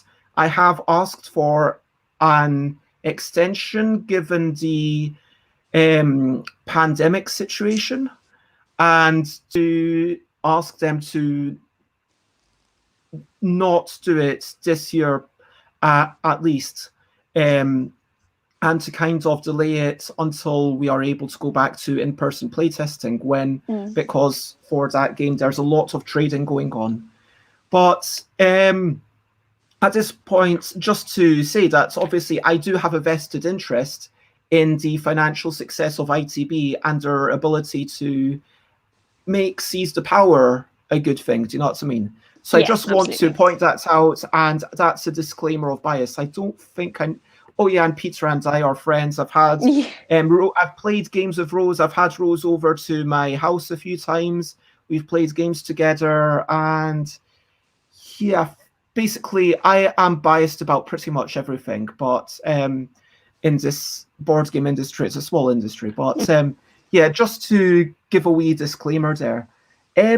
What is your favorite thing about this book that they have done before we leave Alba? I mean, almost certainly it's the art. It's Marco Luna beautiful. It's just, it sets the aesthetic and the sort of feeling of the chapters so well.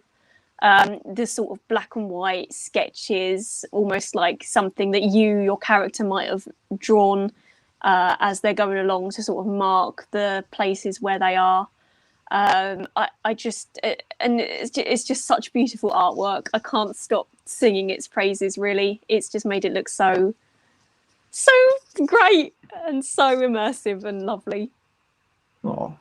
That's me waxing lyrical.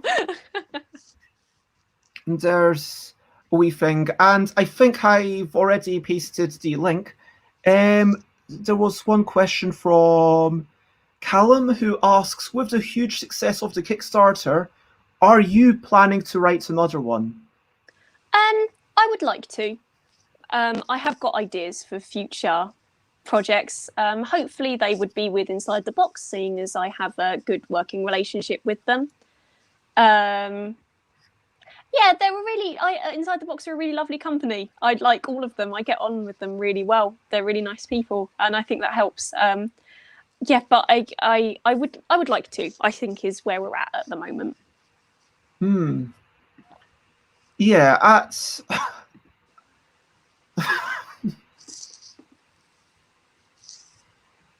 Copyright. Okay, let's move on. Sorry, I'm just still stunned by. I'm gonna run for a wee really quickly, if that's all right. That is totally fair. Okay, I will blather on and fill time for 2 minutes. So if anyone has any questionably quick questions, or just having a 1 minute break, by which I mean I'm going to be here. Really? Right now? Fine. Okay, I guess that seems like a reasonable thing to do. Okay. Fine. What's that? No, I'm not doing that one. Search. This is bad game design, Alex. Bad game design. That takes too long. Okay, I can either read Xate's comment, which I've read from a while ago, or sing an old board game song. So, Alex, would you like me to read Xate's comments, which is written, and we can all be reminded of what's going on with Xate's comments here? Let me move myself to here. Or would you like me to sing an old board game song? Sing an old board game song. Okay. Let me do one that I didn't do yesterday. Where is my text thing of board game songs? Brilliant thing, group chat, game system, make a game. Why do I have 100? I've got literally 100 text things open. This is not very. Okay. Okay, let me do very quickly. I need ore, I need more ore. I have 2, I need 3. Then I'll build my city. Will he trade with the wood I have made? Every time I roll 6, I get so many sticks. Maybe I am a fool, I'll even throw in some wool. I'm obsessed, can't you see? I will build this city. That's the way that I'll play. Doubling resources made. Will it all turn out nice? It depends on the dice. And that is a quick task that Alex wanted me to do. There we go. So, thank you for filling up time like that, Alex. And so, yes. Sorry. No, it's all good. So we were talking about Alba, and now let's talk about something completely different. And if anyone has any more questions, I would point out that if you ITB has already said publicly that they plan for this to be the first ever open world adventure book. So, but yeah, talking about Harley, what else are you into? Dungeons and Dragons. Why do you like that? What's that all about?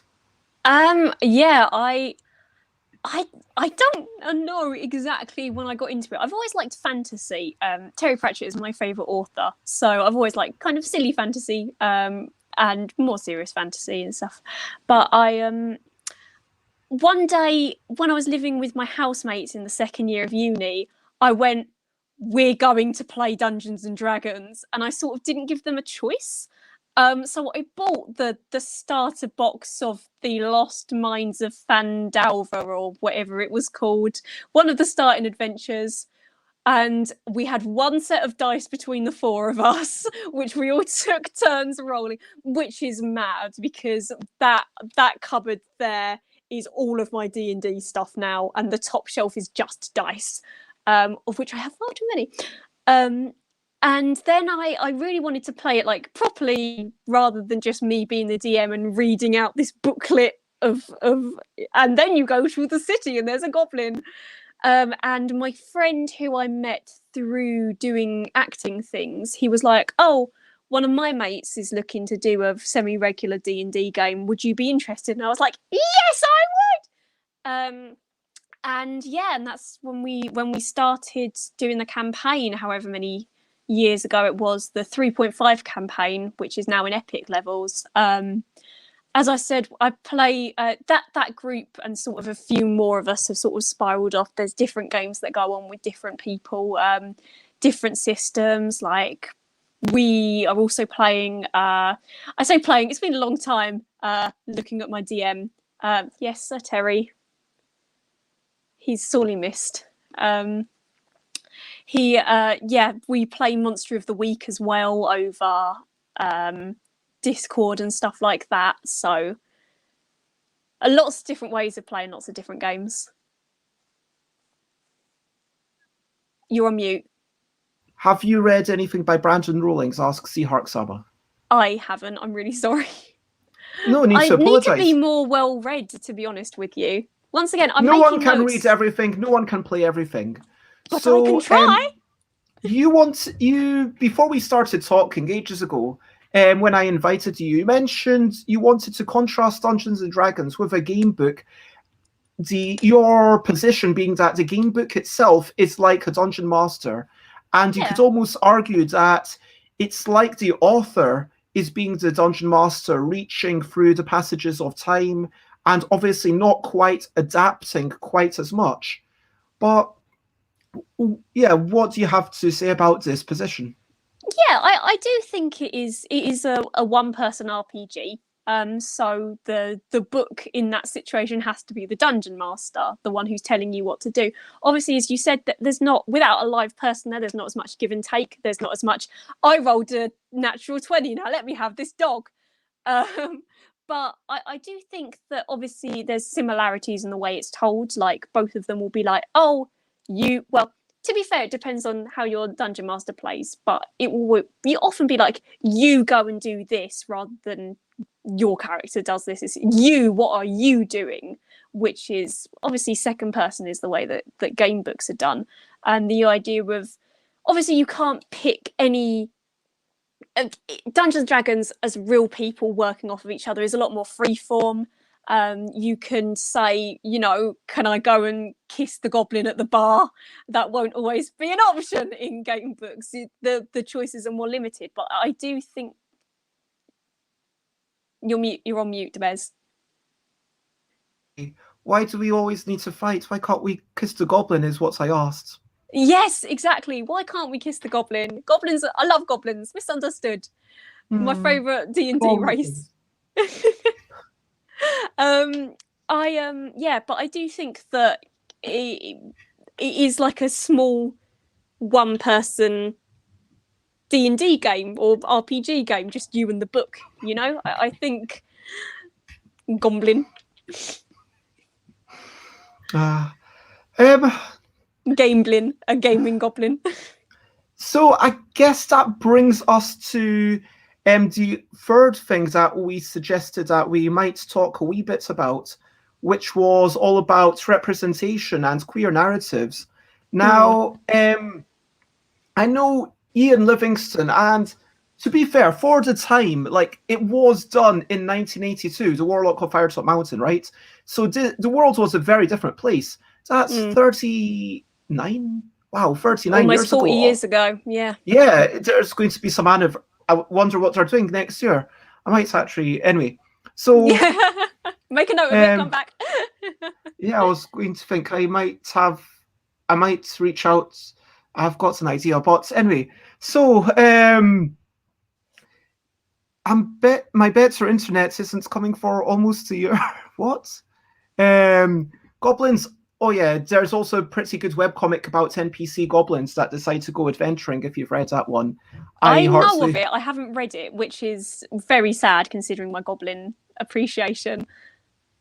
So do you know what? I'll write that down as well. I'll do that immediately after we finish this cast. What I wanted to talk about is that with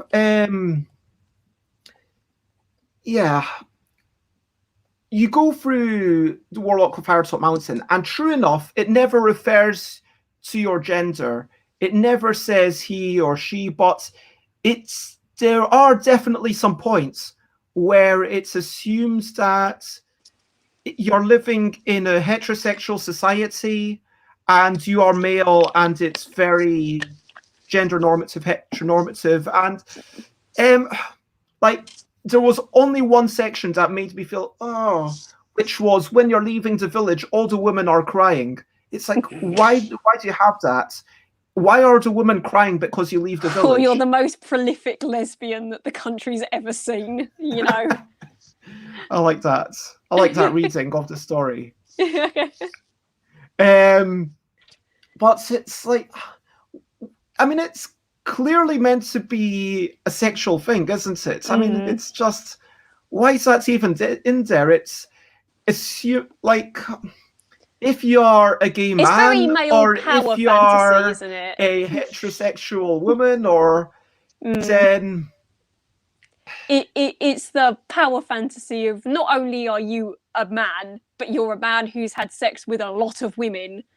It's like, okay, great. Because I don't know, it almost assumes that the type of people who are reading that book will want that to be their story, you know? I think it's a bit presumptive on a lot of levels. I mean, in some ways it's problematic, but you know, Ian Livingstone on 5 Games for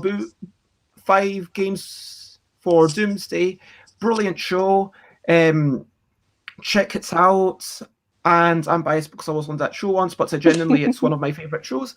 But genuinely, Ian Livingstone talking about how Ian was originally trying to capture the spirit of D&D in a thing. And yeah, it was acceptable in the 80s. Sure, I get that. And that was what D&D was. And so it was kind of this power fantasy. So it does capture that D&D experience, warts and all. But it would be really nice if they had a remastered version, at least now. And I don't think, if they are empathetic to your fatalist quest, and they know that you're going to get locked up or killed in this Firetop Mountain, why aren't any of the men empathetic at all? It's because I had sex with all of the women. The men were lusting after me. But let's not be here to bash what has come 40 years ago, because that is a really bleeping easy target. Sure, you've done a wee bit of that. I mean, you are a non-binary person, and so that's presumably helped a wee bit in making sure that none of it was gendered in the slightest, and there is definitely some love and care from some of the characters that emerges, and especially in some of the endings. That's how you read, like the amounts of love that's going on. But it's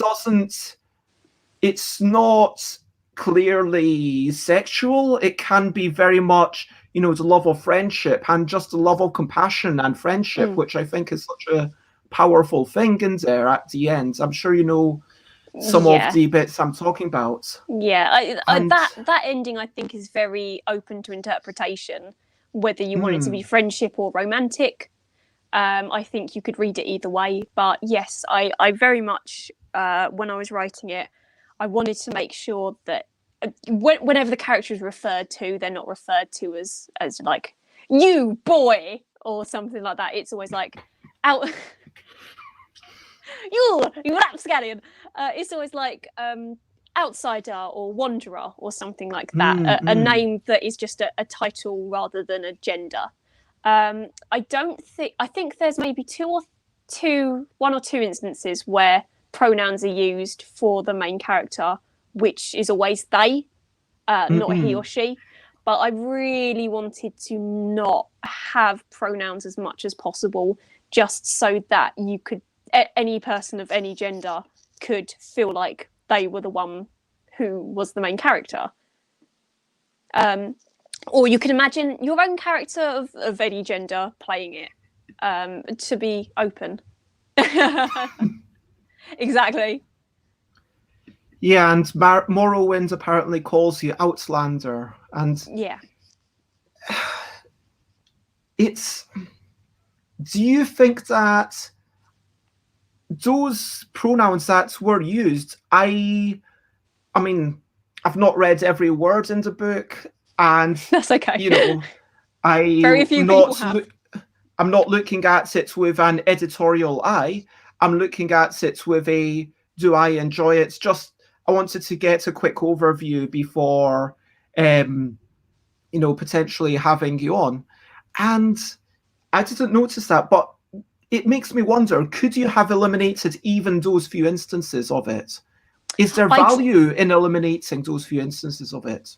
I think I did try, but because of the way it was written, there is, without giving too much away, there is a part where some characters are talking about you. So it's not natural for them to just be going, the Wanderer did this, the Wanderer did that, the Wanderer went over here. Sometimes you will refer to someone with pronoun, and because you don't have a name.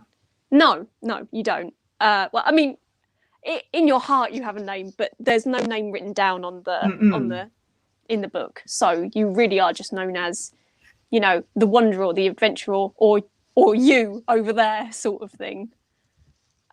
So yes, it's. I think it would have been nice, but I do think it was necessary to have a couple of moments where pronouns are used just for naturalism. Otherwise, it would have sounded very like they were talking like they were robots. Yeah. The little bits of interactive fiction became quite difficult to deal with when interacting with other people, says Alex. And that Alex has done a wee bit of writing. And yeah, Timmy mentions, like, in a computer game, it's so much easier because you're going to be typing that in, and then they can change this on the fly in an algorithmic way. And Callum suggests reading the novel Early Riser by Jasper Fjord, and then asking yourself what the gender of the main character is. I'm not familiar with this one. Have you read it? I've not, but I'll write it down. I'm always looking for recommendations for books. But then again, because I'm a gender person,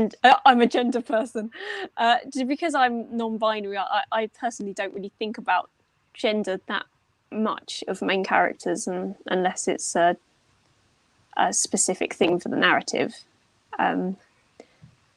But that's because I try not to spend too much time thinking about gender in general, otherwise I'll go mad.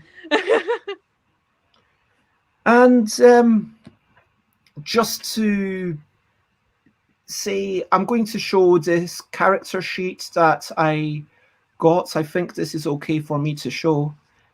This is what you get if you get currently. This might be tweaked. I don't know. This is currently what they've got as the PDF. If you want to edit it on your computer rather than having the downloadable map. So this is something that instead of having map and stickers that you can only use once, you can keep printing this out and keep going through it again and again. And it's a 6-page thing where it says, okay, which of these things have you unlocked? And which of these items do you have? What's your resolve? All of these things. And there might be some spoilers if you look too carefully at those bits. But yeah, what other books do you think have done this well? Let's see.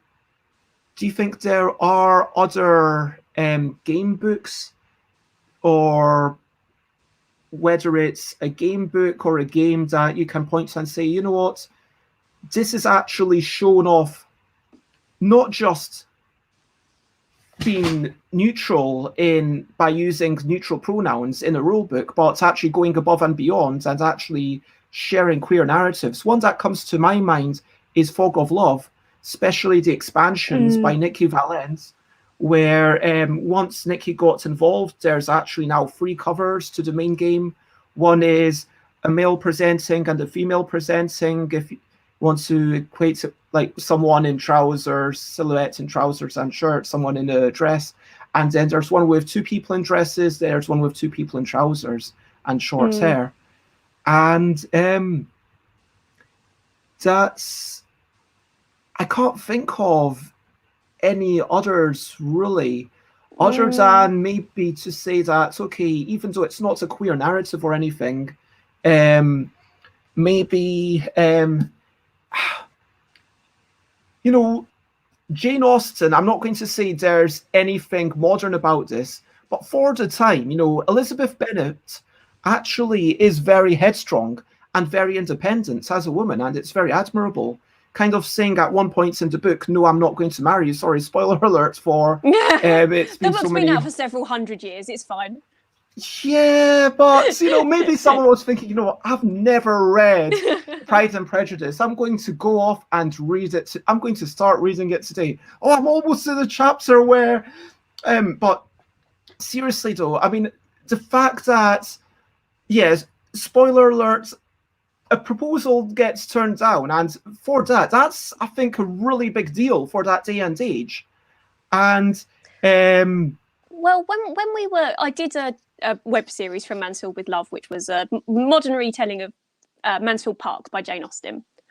That was quite a few years ago. But in the original book, this main character is sort of shunned by her romantic interest, and he goes off with another woman for a while, and then they find out she's awful, and essentially he just turns and he goes, okay, I'll have you, main character. And the main character's like, yes, you will.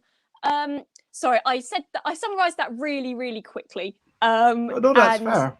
Yeah, my friend Kim, who ran the whole thing, will probably get annoyed with my quick summarising. But when we did it, we were like, no self-respecting person, really, after being messed around for however many months it has been, when this person is like, actually, I've been in love with you all along. No self-respecting person should say, oh, brilliant, let's start being together. So we changed that narrative and we added a plot point in where the love interest is like, oh, I've been in love with you all the time, and my character goes, that's great, but you've been messing me around for months, so I'm very angry at you and I want you to leave me alone.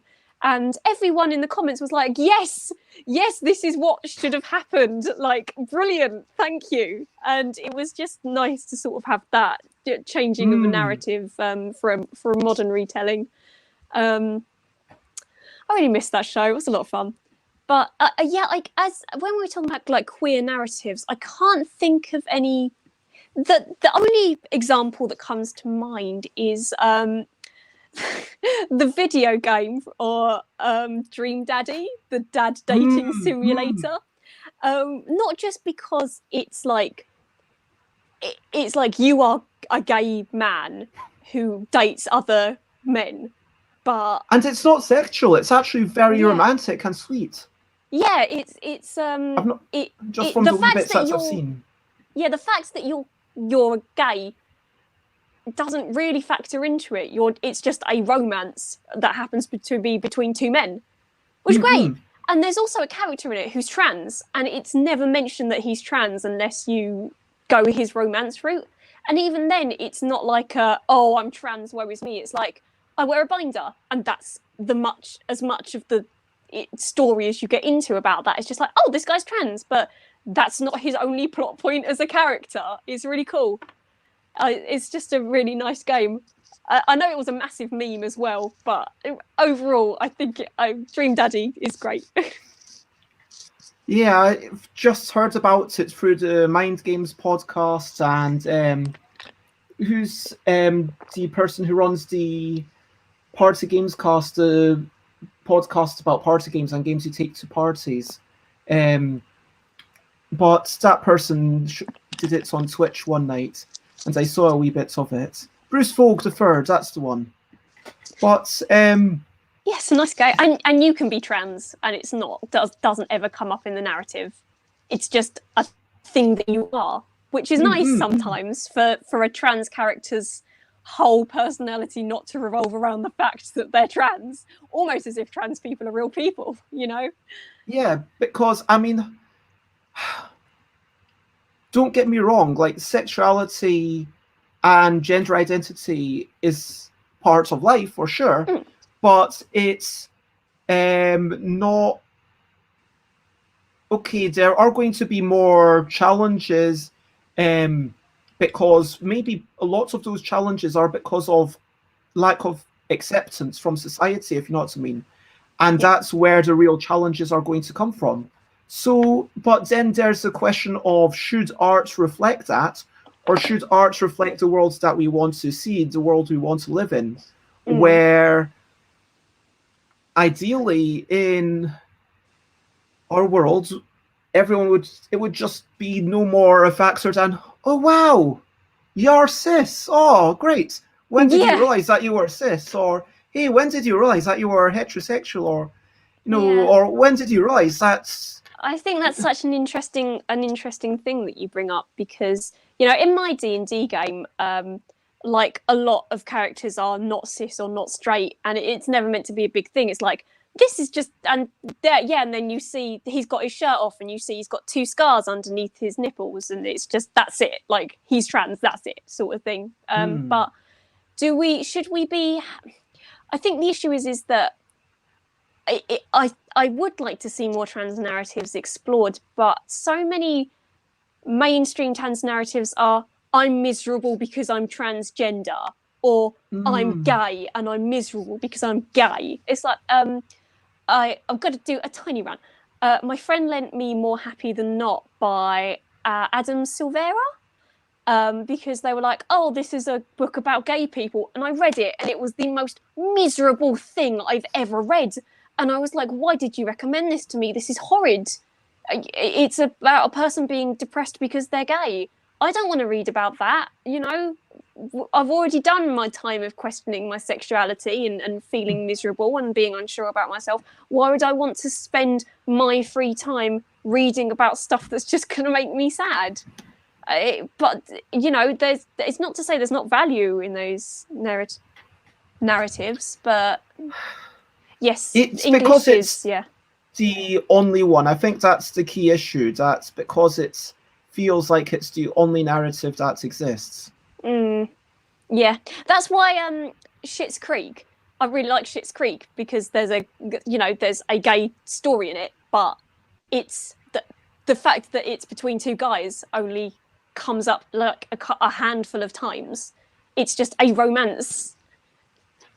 Stretching time. Yeah, jiggle and wriggle. Wriggle. But it feels like it's been so much fun. It feels like it's time to wrap up, and for sure, if you ever want to pop on a Friday, or let's talk philosophically about games at some point as parts of a group, absolutely. let's do that. And Oh yeah, by the way, I'm going to have what's in 22 days is going to be my 300th episode. So if you want to jump on at some point during that day, I'm going to be skimming through all the 100 episodes previously, not watching them because that's like 200 plus hours of content, but just like skimming through them and being like, okay, oh yeah, that was a cool person. Okay, yeah, like maybe 30 seconds each, something like that. So it'll, but knowing me, there will be some tangents. But if you want to come on and have a laugh for that ridiculous, I don't know how long it'll go. Probably, I'm expecting it to be like 10 till 6 or something. I don't know. We'll see how it works out with a wee bit of a toilet break for me.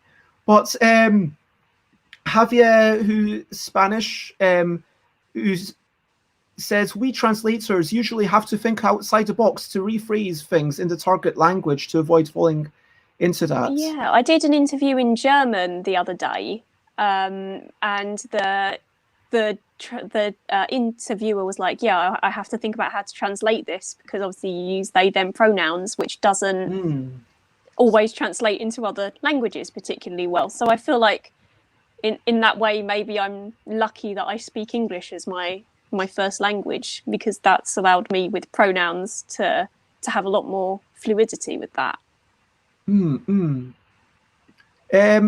Couple of closing comments. Callum says it's a bit like the black community getting excited about Jingle Jangle on Netflix because it's just a normal film. That's just about having a main cast, a black main cast, and it's not a film about the struggle of being black. It's just black person.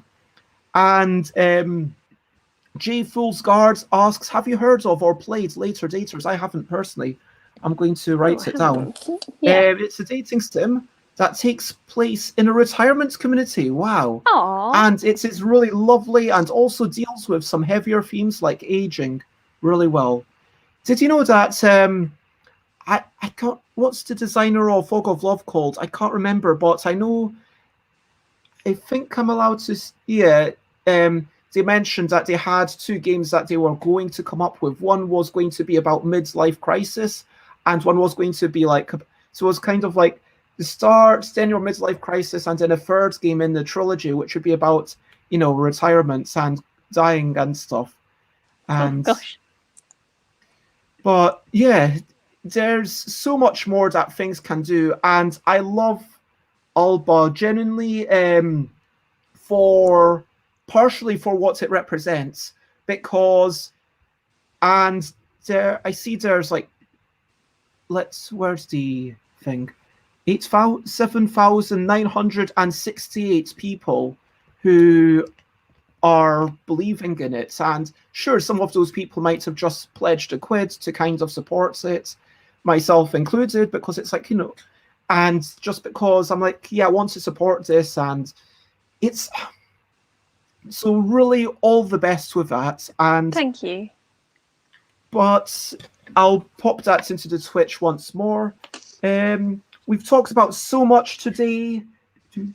Where's my wrap-up thing? We've talked about Sims 4, Among Us, Discord, feeling uncomfortable about it, and fear of missing out on social media, all that stuff, cardigans, food, lentils, heads not getting sucked off, chess, pasta pigs, cooperative things where some people just want to be competitive all the time, Mysterium, Parabel of the Sower and the Talents. Sower. Yeah. And 7 Deaths of Evelyn Hardcastle. We talked about podcasts and the Dungeons and Daddies, which sounds quite cool if you want to listen to live plays. We talked about research and competitions and video games, and writing is Harley's general day-to-day stuff. We reached back into the past about Goosebumps, Toy Terror, batteries not included. And, there were so many things back there. We talked about fighting fantasy and kids horror. We had a whole tangent about Grinny. And then we started talking about Alba and like the way that was created and what was trying. We didn't really talk so much about the motivations. I mean, we could have really gotten into stuff a lot more, but we talked about the nature of that. We talked about a wee bit about Dungeons and Dragons, and then we talked a wee bit about queer narratives and Early Riser by Aspa Ford and later daters mentioned in the comments. So yeah, that was the recap. Was there anything else that you want to give a shout out to? Hi, Mum. Yeah. So quickly, thank you everyone. Thank you everyone who's been in the comments over there or there. You've all been wonderful. You've all been super respectful and some great questions and comments and chat. Yeah. And lovely chatting with hopefully you. at least one per. I think Matthew suggested it was basically just an onion, tin of tomatoes, and 500 grams of lentils. Love lentils. But, red lentils, apparently. Your mum says hi back, but oh, thank you very much. Thank you. You are lovely. Thank you for being part of it.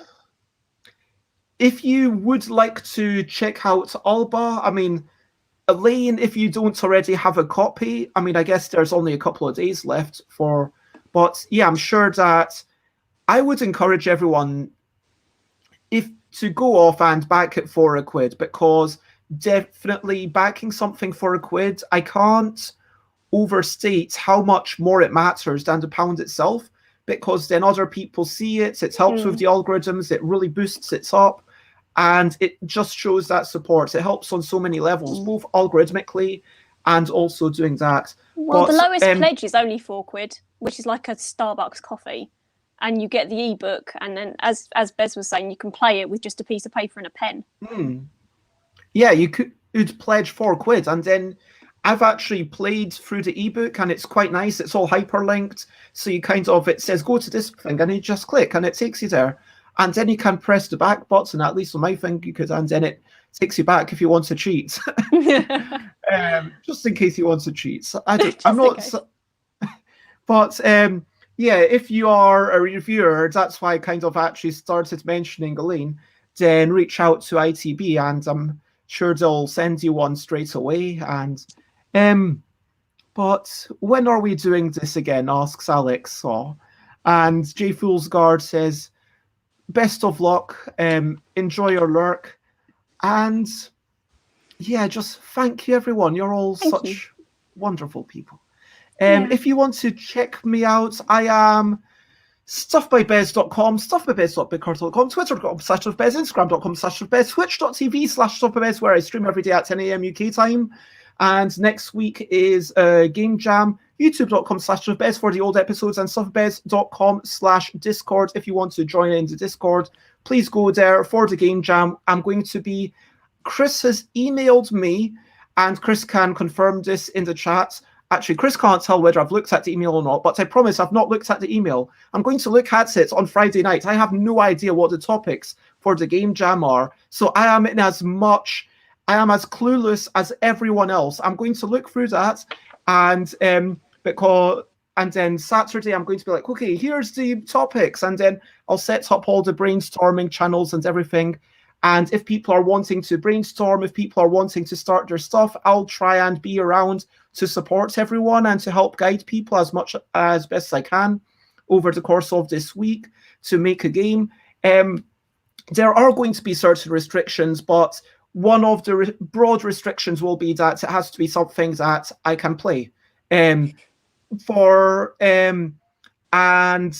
imagine, I've actually got to write this down, but it's pretty much what sorts of things I play on the Tabletop Tuesdays. But you can go a lot more complex. That is totally okay. But yeah, sorry, Harley. Where would you like to be found? My Twitter is H_Truslove. That's my official boy.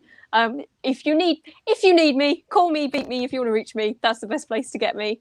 Mostly I just tweet the incredible things that my friends are doing, projects that they've got going on, and anything that I've got that's happening. So sorry. Just a second. That's all right. And I'm just going to get your thing posted in there so people can click the link to your Twitter as well. And yeah, there's an idea for Gomlin fan art, which will be uploading to the Discord soon. Yes. And I'm not sure if this is sarcasm, meaning that I'm talking about it too much, or if you genuinely don't know. But if you genuinely don't know, check out my Discord and it will have all the details there. So yeah, that wraps up, and now it's over to you. What are you up to? You can share anything you want to. So is there anything you want to share? Something you're looking forward to, whether it's hopes or ambitions, or whether it's exciting or just trivial, and whether it's serious and super serious or just fun and frivolous? What are you up to in the forthcoming wee bit? Yeah, sitting inside.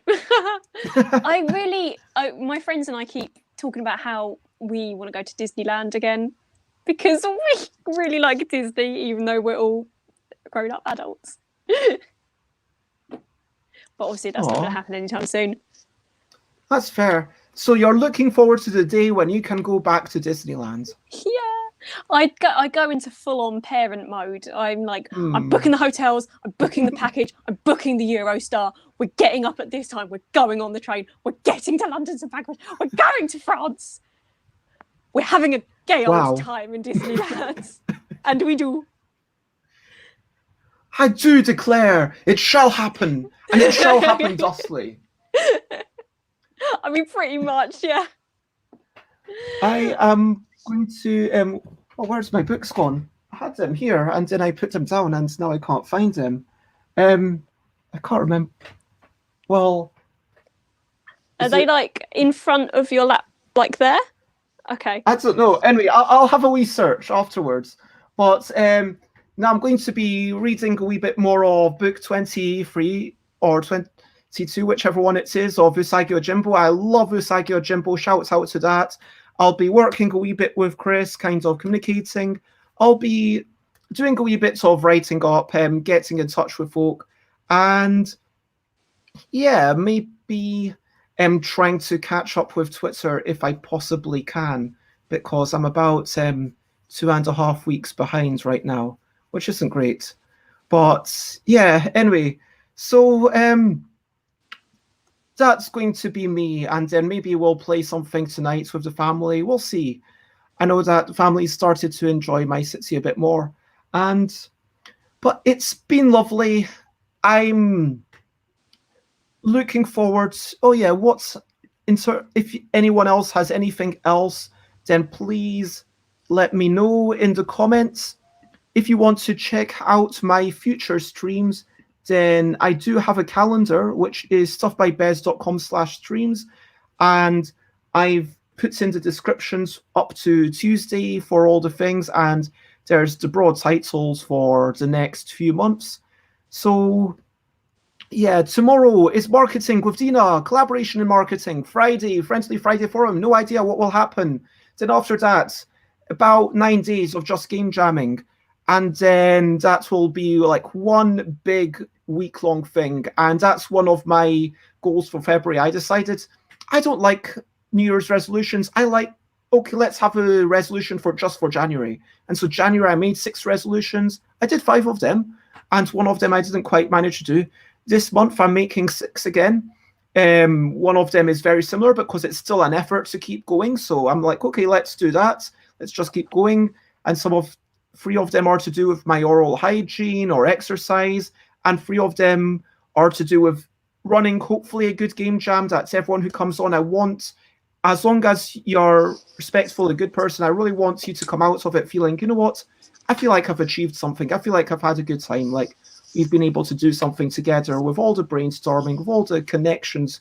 Because Idol Michael, if you don't know, is such a wonderful person and did such a lovely game jam. And I was like, wow, you can capture a smidgen of that feeling of real game jams in a virtual setting. Let me try to do that. Because Idol Michael wasn't going to do another one until June, which is fair enough. You can't have like one person doing all of them. So I thought I'd have a go. But yeah, that is basically that. And reading all of Twitter is not advised. No, I meant just replies to me, and you know what's I mean, like the and I actually read everything at the time, but I don't quite often. I don't reply to it because I don't have the energy at the time, unless it's like something that is essential. But yeah, anyway. So feel free to share, spread the word. And if you're watching this live, then we are going to raid. If you're watching this on Twitch, I should say, because there are half the people I can see are watching it on Facebook or YouTube. But if you're on Twitch, then we are going to raid. So please copy paste some of that thing that I just threw up. And we are. Is Idle Michael on? Oh, Idle Michael is on. Idle Michael is painting. Oh, wait. Laws. I'm sorry, Idle Michael, but Laws Bros hardly ever streams. And I am going to raid Laws Bros, who is a musician who does instruments with a loop pedal, and it's great improvisation. And what we'll do when we go in there, let's ask Laws Bros to make a tune, and then everyone can type in stuff, and Laws Bros will actually sing it out live. And just like whatever you type in, when you ask get Laws Bros make a tune, when that comes up in the song list, Laws Bros will just sing, you know, obviously keep it respectful, family friendly, but Laws Bros will just turn anything you type into a tune, even if it doesn't rhyme. It's so cool, it's so amazing. Anyway, so that is where we are going in a wee bit. And so thank you, everyone. You are all wonderful people. Oh, there's Aqua with the Laws Bros emoticons. Wait a minute, I need to do the hashtag. So that brings us to the very end. And do you have anything left to say at this point? Has everything been said? Yes, I think so. Thanks everyone who supported Alba. If you haven't, check out the Kickstarter, see if it's for you. If it's not, that's fair enough. It's not going to be for everybody. But if you think it is, maybe try and give it a little bit of a read. There's a sample chapter up somewhere in the FAQ, I believe. And so check out all that good stuff from Harley. Keep your eye on Harley and all the things coming up in the future. And for now, all that's left to say is bye, bye, bye, bye. This is a goodbye song. Bye, bye, bye, bye. Thank you for watching along. Bye, bye, bye, bye. This is the end of the show. Bye, bye, bye, bye. And now it's time to go. Bye, bye, bye, bye. This is a goodbye song. Bye, bye, bye, bye. Thank you for watching along. Bye, bye, bye, bye. This is the end of the show. Bye, bye, bye, bye. And now it is time to...